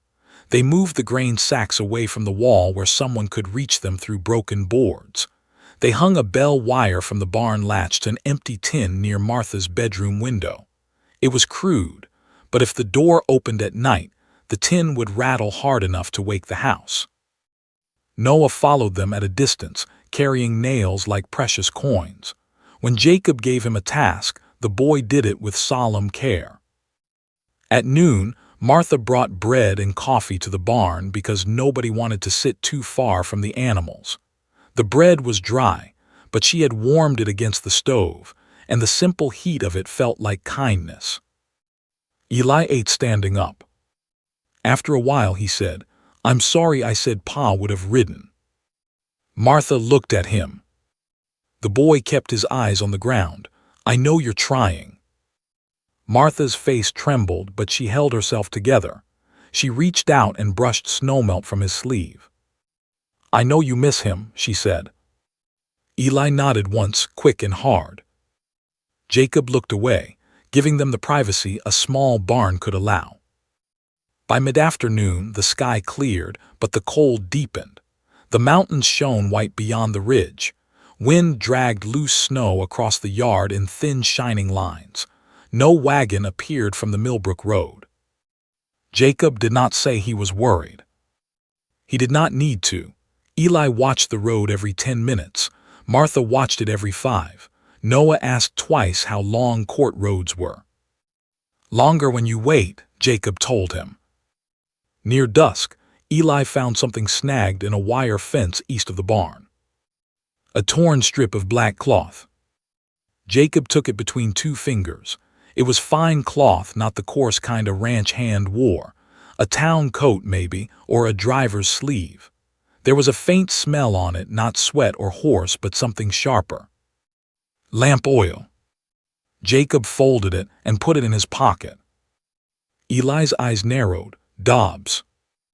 Maybe someone working for him. You always say maybe. Because saying more than you know is how men get foolish. Eli looked toward the road again. What if they stop Miss Bellamy and your proof? Jacob had been carrying that fear all day. He looked north, where the road dipped between 2 ridges before turning toward Millbrook. Silas is with her. That means something. Yes. What? Jacob thought of Silas Bellamy's cold eyes, his steady voice, his way of moving through danger like a man who had already measured it and found no reason to hurry. It means anyone trying to stop that wagon better bring more courage than sense. Eli seemed to like that. The first star showed before they heard wheels. Martha came out of the house. Eli ran to the gate. Noah pushed past Jacob, then stopped when his mother called his name. Jacob stepped into the yard, one hand near the rail, listening. A wagon came over the rise. Not Silas's. It was smaller, darker, pulled by one lathered horse. For a moment, no one moved. Then the wagon reached the yard, and the driver slumped forward. Jacob ran despite the pain in his side. The driver was Abel Finch, the county clerk. His spectacles hung crooked from one ear, and his coat was torn at the shoulder. He looked half frozen and scared fully through. Jacob caught him before he fell from the seat. "Finch." The clerk gripped Jacob's sleeve with icy fingers. "Bellamy," he gasped. "The Millbrook Road." Martha lifted the lantern. "Where is Miss Bellamy?" Finch swallowed, shaking so hard his teeth clicked. "Dobbs had men at Willow Cut," he said. "They blocked the road. Bellamy turned the wagon off before they reached him. He told me to ride here." Jacob felt the whole yard tilt. "Eliza?" he asked. Finch looked at him with frightened eyes. "She stayed with her father." Eli whispered, "What happened?" Finch tried to answer, but coughing took him. Jacob helped him down, and Martha wrapped her shawl around his shoulders. "Say it plain," Jacob said. Finch looked toward the dark hills. "Silas said if he did not reach Millbrook by morning, take the second packet to Judge Callahan." He fumbled inside his coat and pulled out a folded oilcloth bundle. "He gave me this before he turned off."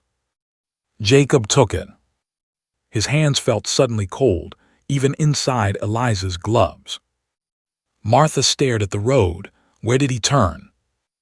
"Old Timber Trail," Finch said, "toward the abandoned line shack above Willow Creek." Jacob knew it, a rough trail, narrow, easy to lose in darkness, hard for a wagon, worse if men followed. Eli stepped forward. "We ride." Jacob looked at the boy. This time he did not say no quickly. Night was falling. Silas and Eliza were somewhere in the hills with Dobbs's men between them and the law. The Carter place was still under threat, but Finch had brought the second packet. The proof was here. If they could get it to Millbrook, Dobbs's paper game might end. But Eliza was not paper. Eliza was on a dark trail, with winter closing in. Jacob turned to Martha. "Can you hold the place until morning?" She looked afraid, but she did not look weak anymore. "Yes." He turned to Eli. "You saddle 2 horses, quietly. No lantern once we leave the yard." Eli ran. Noah grabbed Jacob's coat. "Bring Miss Eliza back." Jacob crouched, ignoring the pain. "I will do everything I can." The boy's lip shook. "That is what you always say." Jacob put a hand on his shoulder. "Because it is the only promise an honest man should make before he knows what the road will ask." Martha pressed the oilcloth packet back into his hand. "No," Jacob said, "this should go to Millbrook."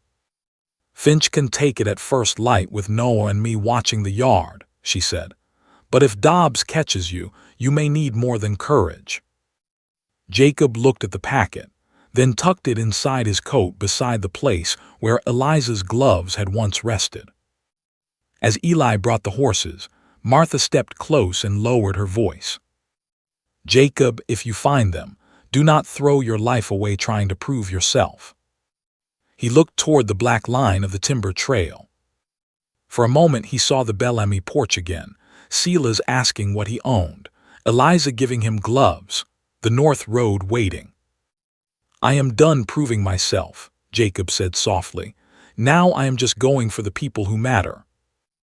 If you believe real courage is quiet until the moment it is needed, stay with this story. The night road is opening now, and what waits at Willow Creek may change every heart before morning. Jacob and Eli rode out under a hard, cold sky. Behind them, the Carter house shrank into lantern light. Ahead beyond the ridge, a single distant shot cracked through the dark. Not close, but close enough. The shot rolled across the hills and faded into the dark like a door closing far away. Jacob Wren pulled his horse hard at the ridge crest. Eli stopped beside him, breathing fast, his young face pale beneath his hat. The night around them was wide and bitter. The stars had come out sharp above the broken clouds, but down in the draws and timber cuts, darkness lay thick enough to hide a man 10 feet away. Eli whispered, "Was that from Willow Creek?" Jacob listened. The wind moved through dry grass. A horse snorted beneath him. Somewhere in the black timber, a branch cracked under weight, or under frost, or under something else moving. "I think so," Jacob said. "We have to hurry." "Yes," Jacob said, "but not blind." Eli looked at him like he hated the answer.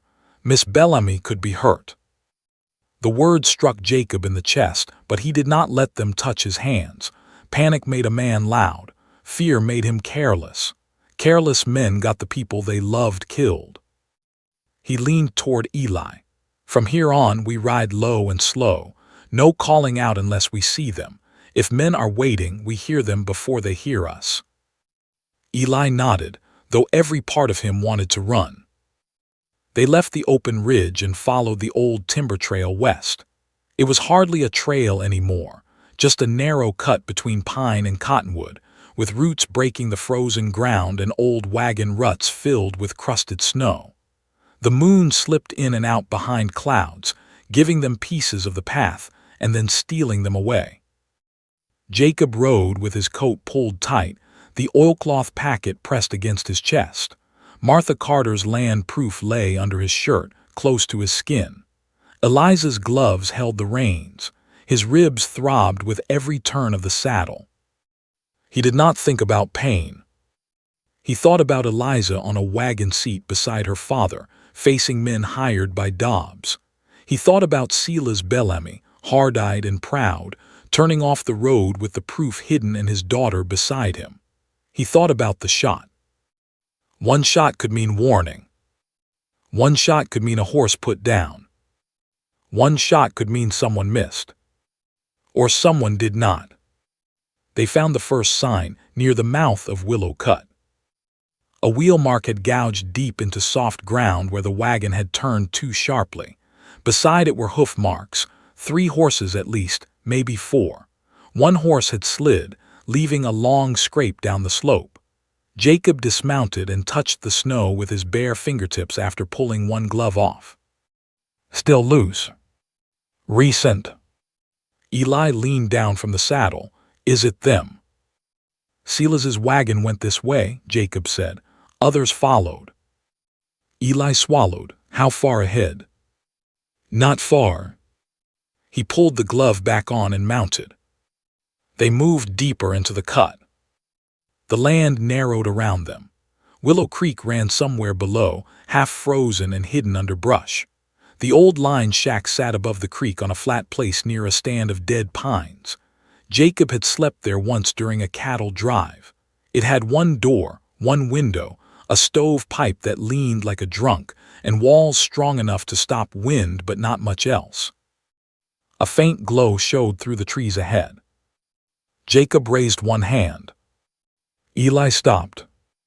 The glow came low and weak, not from a campfire outside but from a lantern inside the shack. Shapes moved near it. A horse stamped. Another answered from farther left. Jacob slid from his saddle and tied the reins to a branch. Eli did the same. "Stay behind me," Jacob whispered. Eli nodded, then gripped Jacob's sleeve. "If they hurt her." Jacob looked at him. The boy's anger was still there, but fear had changed its shape. Eliza was not only the rancher's daughter to him now. She had sat at his kitchen table, read his mother's papers, covered Noah with her shawl, and stood against Dobbs when his own voice shook. The Carter boys had begun to count her among the people who came and stayed. "We get them out," Jacob said. "That comes first."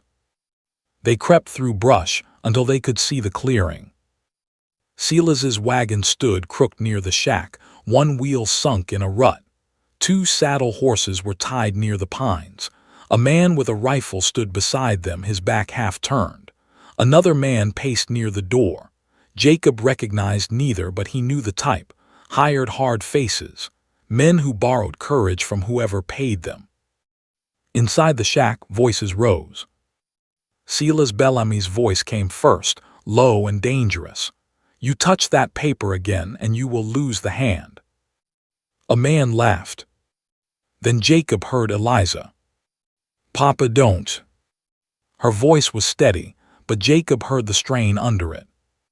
Something in him went cold. Eli shifted beside him.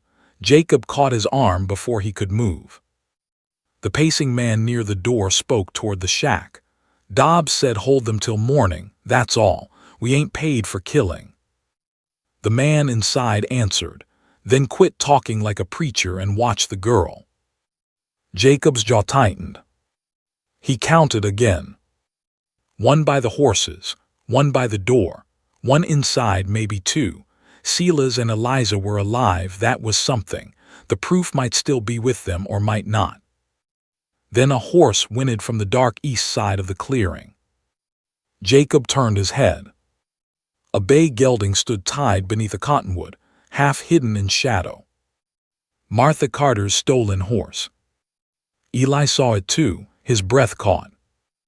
Jacob leaned close to his ear. You think you can get to that horse without being seen?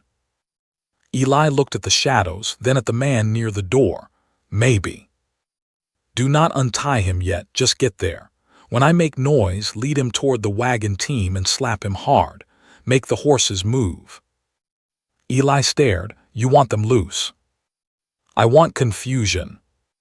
What about you? Jacob looked at the shack. I am going inside. Eli grabbed his sleeve harder. Alone. Not for long. The boy's face twisted. You always say not to be foolish. I am listening to my own advice as much as I can. That ain't much. Despite the danger, Jacob almost smiled. Then he became serious again. Eli, if things go wrong, you ride back with the packet. He pulled the oilcloth bundle from inside his coat. Eli shook his head. No. Listen to me. No. Jacob pushed the packet into his hands. This is your mother's land. This is your future. Eliza and Silas risked themselves to protect it. If I fall, you do not run to me. You run to Millbrook. Eli's eyes filled. Don't say that. Jacob held his gaze. A man has to know what matters most before the hard moment comes. The boy clutched the packet against his coat. You better not fall, he whispered. I will do my best. Eli moved first, low through the brush, toward the stolen horse. Jacob waited until he saw the boy vanish into the darker edge of the clearing. Then he picked up a stone, weighed it in his hand, and threw it hard toward the far trees. It struck a dead trunk with a crack. The guard by the horses turned. What was that? The man by the door lifted his rifle. Check it. The first guard stepped away from the horses, cursing under his breath. Jacob moved. He crossed the open ground fast, staying low, pain burning through his side. The door guard turned back too soon. His eyes widened. Jacob hit him with his shoulder before the rifle came up. Both men crashed against the shack wall. The rifle fell into the snow. Inside, someone shouted. Jacob drove one fist into the guard's stomach, shoved him aside, and kicked the door open. The shack was lit by one lantern hanging from a nail. Silas stood near the stove with blood at the corner of his mouth, his hands tied in front of him but his shoulders still squared. Eliza stood against the back wall, pale, her bonnet gone, one sleeve torn at the cuff. A thick man in a brown coat held a pistol low, not aimed but ready. His eyes snapped to Jacob. You! Jacob did not wait. He threw himself sideways as the pistol rose. The shot struck the doorframe behind him, splintering wood. Eliza cried out. Silas lunged, tied hands and all, slamming into the man's arm. The pistol fired again into the ceiling. Outside, horses screamed. Eli had done his part. The clearing erupted with hooves, shouts, wood cracking, and men swearing in panic. The stolen bay tore through the wagon team, pulling reins loose and sending one horse back hard against the traces. The guard outside shouted for help. Another man yelled that the horses were loose. Jacob grabbed the thick man's wrist as he fought Silas. The man was stronger, heavier, and fresh. Jacob was hurt and tired, but he had spent his life wrestling stock, weather, and hunger. He drove his knee into the man's thigh, twisted the pistol hand toward the wall, and slammed it once. The gun dropped. Eliza kicked it under the cot. Silas struck the man with both tied fists, a short, brutal blow that sent him stumbling into the stove. The stove pipe rattled. Sparks jumped from the iron mouth. The man cursed and went down to one knee. Jacob turned to Eliza. "Are you hurt?" "No." "Can you run?" "Yes." Silas barked, "Cut me loose." Jacob pulled a knife from his belt and sawed through the rope around Silas's wrists. His hands were stiff and clumsy inside the gloves. Eliza caught the rope and pulled it away faster. Outside, a man shouted, "Fire!" Jacob spun. The stove pipe had slipped loose from the ceiling joint. Sparks had caught in a pile of dry kindling beside the wall. A thin flame climbed fast along old wood, hungry from years of dust. Silas grabbed Eliza's arm. Out. The thick man on the floor lunged for the pistol under the cot. Jacob saw him. So did Silas. Silas shoved Eliza toward the door and turned back, but the smoke thickened at once. Jacob kicked the pistol farther under the cot and grabbed the man by the coat. "Move!" The man swung at him. Jacob's ribs took the blow, and white pain tore through him so hard his knees almost folded. Eliza shouted his name. Silas dragged the man up from behind and shoved him toward the door with more strength than Jacob would have believed. They stumbled out into freezing air as smoke poured after them. The shack wall caught fully then. Flame rose through the dry boards, bright against the dark. The hired men scattered toward their horses, but the horses were loose or wild, running in circles at the edge of the clearing. Eli appeared from the trees leading the stolen bay and Jacob's sorrel, his face streaked with sweat and snow. "I got him," he shouted. The door guard tried to run past him.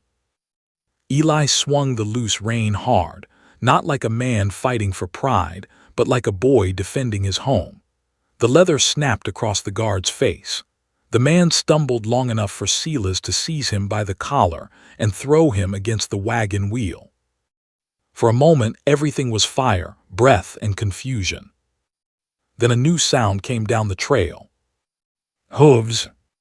Several horses. A voice called through the dark, "Silas Bellamy." Jacob turned, half expecting Dobbs. But the first rider into the clearing wore a sheriff's star on his coat. Behind him rode two men from Millbrook and Abel Finch, clinging to a saddle like a man who had discovered bravery late and was not comfortable with it. The sheriff took in the scene at once: the burning shack, the tied marks on Silas's wrists, Eliza's torn sleeve, the hired men trying to look innocent and failing, Eli holding the stolen horse, Jacob standing with one hand pressed against his ribs, smoke in his hair, and Eliza's gloves blackened at the knuckles. "Anybody care to explain?" the sheriff asked. Silas pointed at the thick man near the wagon. "Start with him." The thick man spat into the snow. "We never meant harm," Dobbs said. "Just delay them." The clearing went silent. The sheriff's eyes sharpened. Dobbs said. The man realized too late what his fear had given away. Jacob looked at Eli. "The packet." Eli stepped forward and handed the oilcloth bundle to the sheriff with both hands. "Sir," he said, voice shaking but clear, "this belongs to my ma, and Mr. Dobbs tried to steal it." The sheriff opened the bundle under lantern light. Silas added the survey paper from inside his coat, bent but safe. Eliza stood beside Jacob, close enough that her shoulder almost touched his arm. Her hand found his sleeve, and for one quiet second in all that smoke and cold, she held on. The sheriff read only a few lines before his face grew hard. "Where is Dobbs now?" he asked. No one answered. Then from the ridge above the clearing came the sound of a single horse turning sharply on frozen ground. Jacob looked up. A rider had been watching from the dark. The sheriff shouted, "Stop!" The rider wheeled and vanished down the far side of Willow Cut. Silas grabbed a loose horse's bridle, but Jacob caught his arm. "No," Jacob said, "not in the dark, not with Eliza here, not with proof in hand." Silas looked ready to argue. Then he saw his daughter's face. He let the bridle go. The sheriff sent 2 men after the rider anyway, but Jacob knew the hills were wide, and Dobbs had planned more escape roads than honest men planned fences. The line shack burned behind them until the roof fell in with a sigh of sparks. No one died that night. But by morning, all of Coulter Bend would know what Alvin Dobbs had done. And men like Dobbs, once cornered in daylight, did not surrender quietly. By sunrise, the truth reached Coulter Bend before Alvin Dobbs did. The sheriff rode in from Willow Creek with 3 hired men tied behind his party, Silas Bellamy beside him, Eliza wrapped in her father's coat, and Jacob Wren riding slowly at the rear with his ribs burning and smoke still dark on his shirt cuffs. Eli rode near him on Martha Carter's stolen bay, sitting tall in the saddle though his face showed he had not slept and had seen more in one night than any boy should. The town was just waking when they came down the main street. Doors opened, curtains moved. The blacksmith stepped out with his apron still on. Mrs. Hanley came from the mercantile steps with a flour sack in her arms and stopped cold when she saw the sheriff. Men who had taken coffee with Dobbs every morning suddenly found the street dust interesting. Alvin Dobbs was standing outside his office. He had changed coats. His hair was combed. His face wore the calm look of a man prepared to call every accusation a misunderstanding. Then he saw the survey paper in the sheriff's hand. The calm did not leave all at once. It slipped, just a little, like a loose board under a boot. "Sheriff," Dobbs called, "you have had a busy night." The sheriff dismounted, busy enough. Dobbs looked past him at Silas. "I trust no one was harmed by this confusion." Silas stepped down from his wagon. The marks from the rope still showed red on his wrists. Blood had dried near his mouth, and one side of his coat was torn. "Confusion did not tie my hands," Silas said. A low murmur moved through the street. Dobbs lifted both hands slightly. "I know nothing of that." One of the hired men tied near the sheriff's horse raised his head. "That ain't what you said last night," he muttered. Dobbs turned on him so sharply that the man looked down again, but the damage was already done. The sheriff walked up the steps to Dobbs's office. "Alvin Dobbs, you are coming with me." Dobbs's smile went thin. "On what charge?" "Forgery, land fraud, threatening a widow, hiring men to obstruct lawful papers, and whatever Judge Callahan adds after breakfast." Dobbs looked around the street then. That was when he finally understood. The town was watching. Not in shadows, not through whispered deals, not behind closed office doors where fear could be sold as advice.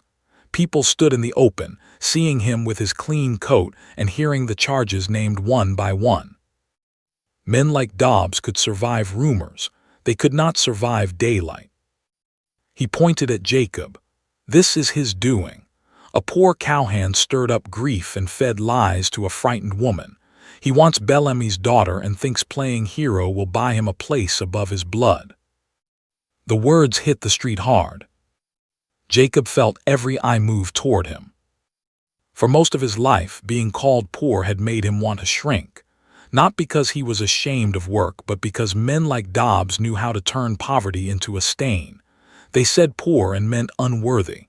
They said poor and meant desperate. They said poor and meant a man's truth cost less. Jacob stepped down from his horse slowly. Eliza moved as if to help him, then stopped when she saw his face. He stood before Dobbs with Eliza's blackened gloves on his hands, and $11 still folded inside his coat. "You are right about one thing," Jacob said. The street quieted. "I am poor." Dobbs gave a small, cruel smile. Jacob continued. "I came to Mr. Bellamy's porch with almost nothing. I rode to Widow Carter's with almost nothing. I have no fine office, no land deed, no rich name, no friends in ledgers, no banknote that makes men step aside." His voice did not rise. "But I did not tear a widow's deed. I did not forge a dead man's mark. I did not frighten children to steal coal under their land. I did not hire men to stop a father and daughter on a dark road." Dobbs's smile vanished. Jacob took one step closer. "So if poverty is the worst thing you can say of me, Mr. Dobbs, I will carry it easier than you carry your riches." For a moment no one breathed. Then Mrs. Hanley spoke from the mercantile steps. "That boy pulled my wagon out of the mud last summer." The blacksmith nodded. "Fixed my corral gate once and would not take money for it." A ranch hand near the livery called out. "I rode with him at Bar T. He never left work half done." Another voice said, "Dobbs tried buying my claim too." Then another, "Mine as well."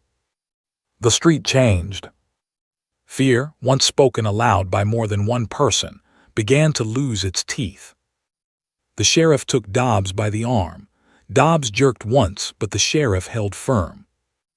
"This is not finished," Dobbs said through clenched teeth. Silas looked at him. "No, but your part in it is." The sheriff led him away. No one cheered. It was not that kind of morning.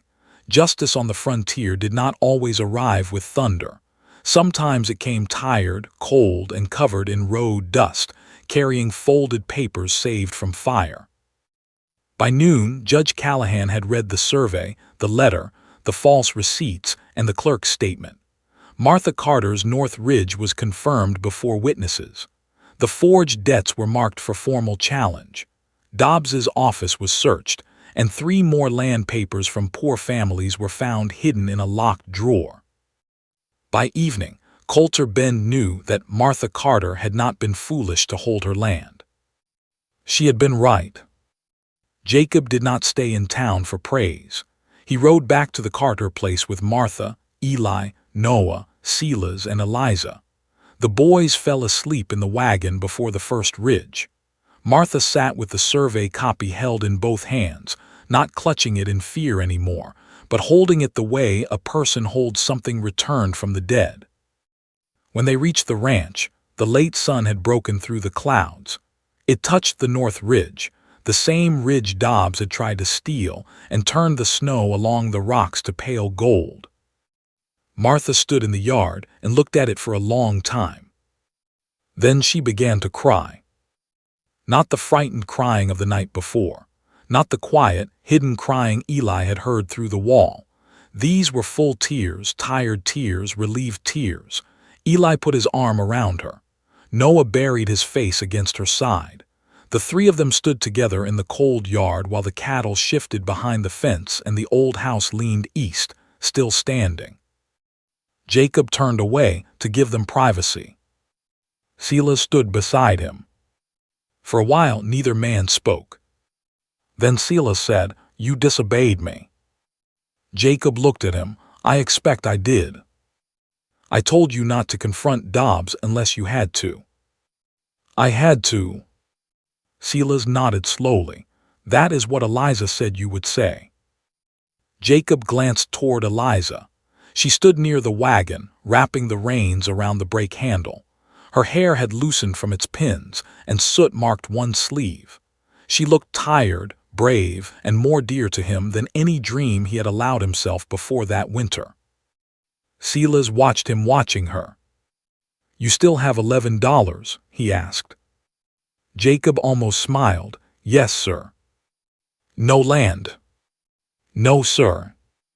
"No cattle?" "No, sir."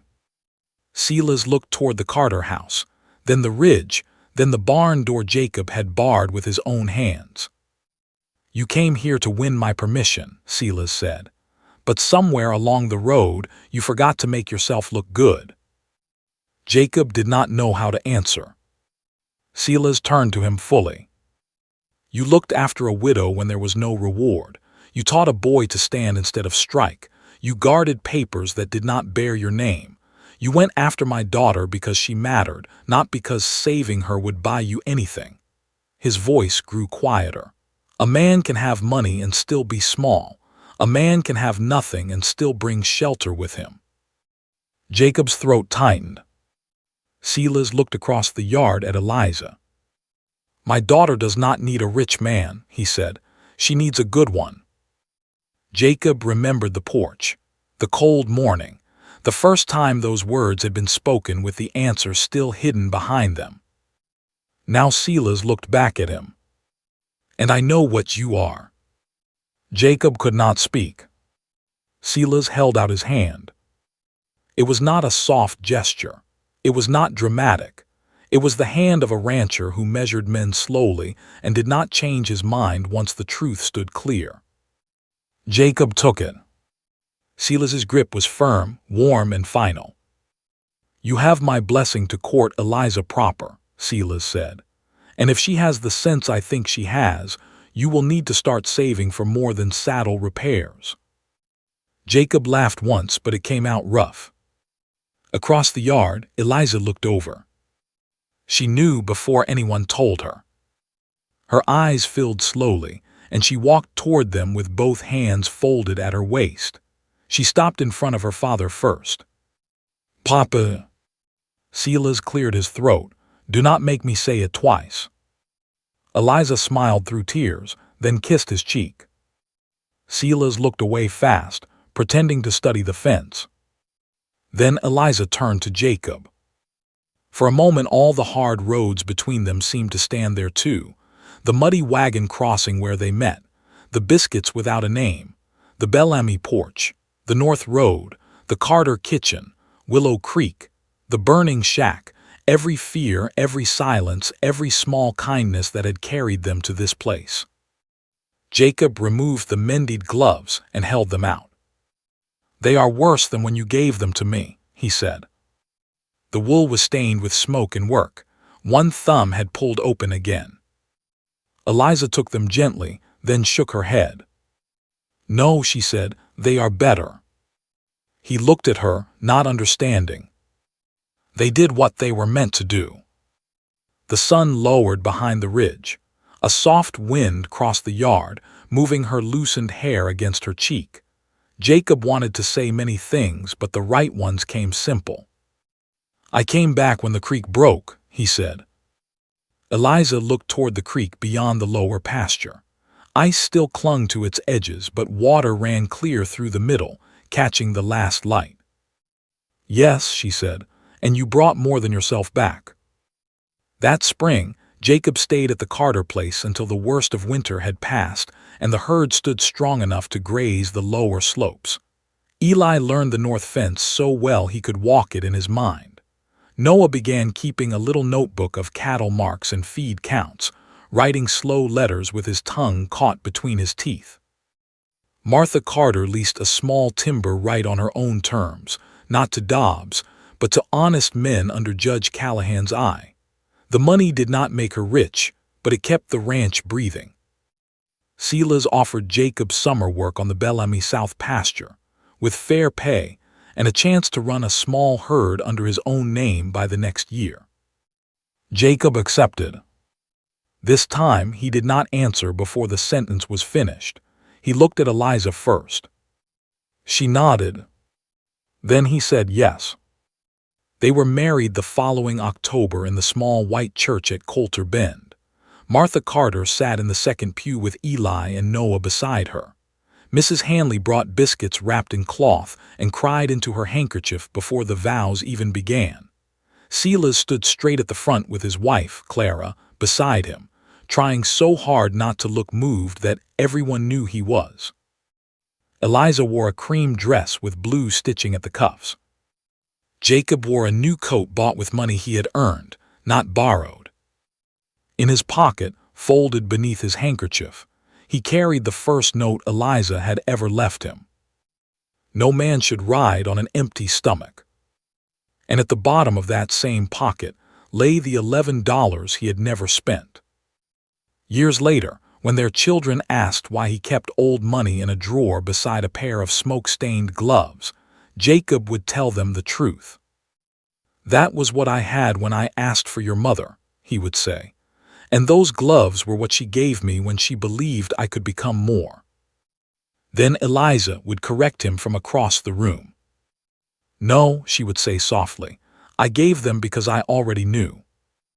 And every time, Jacob would look at her the same way he had looked at her in the Carter yard, like a poor man who had been handed the richest kind of trust and had spent his whole life trying to be worthy of it. If this story warmed your heart, let me know in the comments what you believe makes a good man: money, courage, kindness, or the promise he keeps when nobody is watching. And if you enjoy emotional Wild West stories where love and truth ride the same hard road, subscribe and stay close for the next one. The Carter Ridge stayed in the family. The Bellamy South pasture became Jacob's first honest start. Silas Bellamy grew older, but never stopped telling people he had not given his daughter to a poor cowboy. He had given her to a good man. And on quiet evenings, when the Montana sun fell soft across the fences, Jacob and Eliza would stand together near the creek and listen to the water moving over stone, remembering the winter that had tested everything. The final truth was simple. A man's worth was never in what he carried to the porch.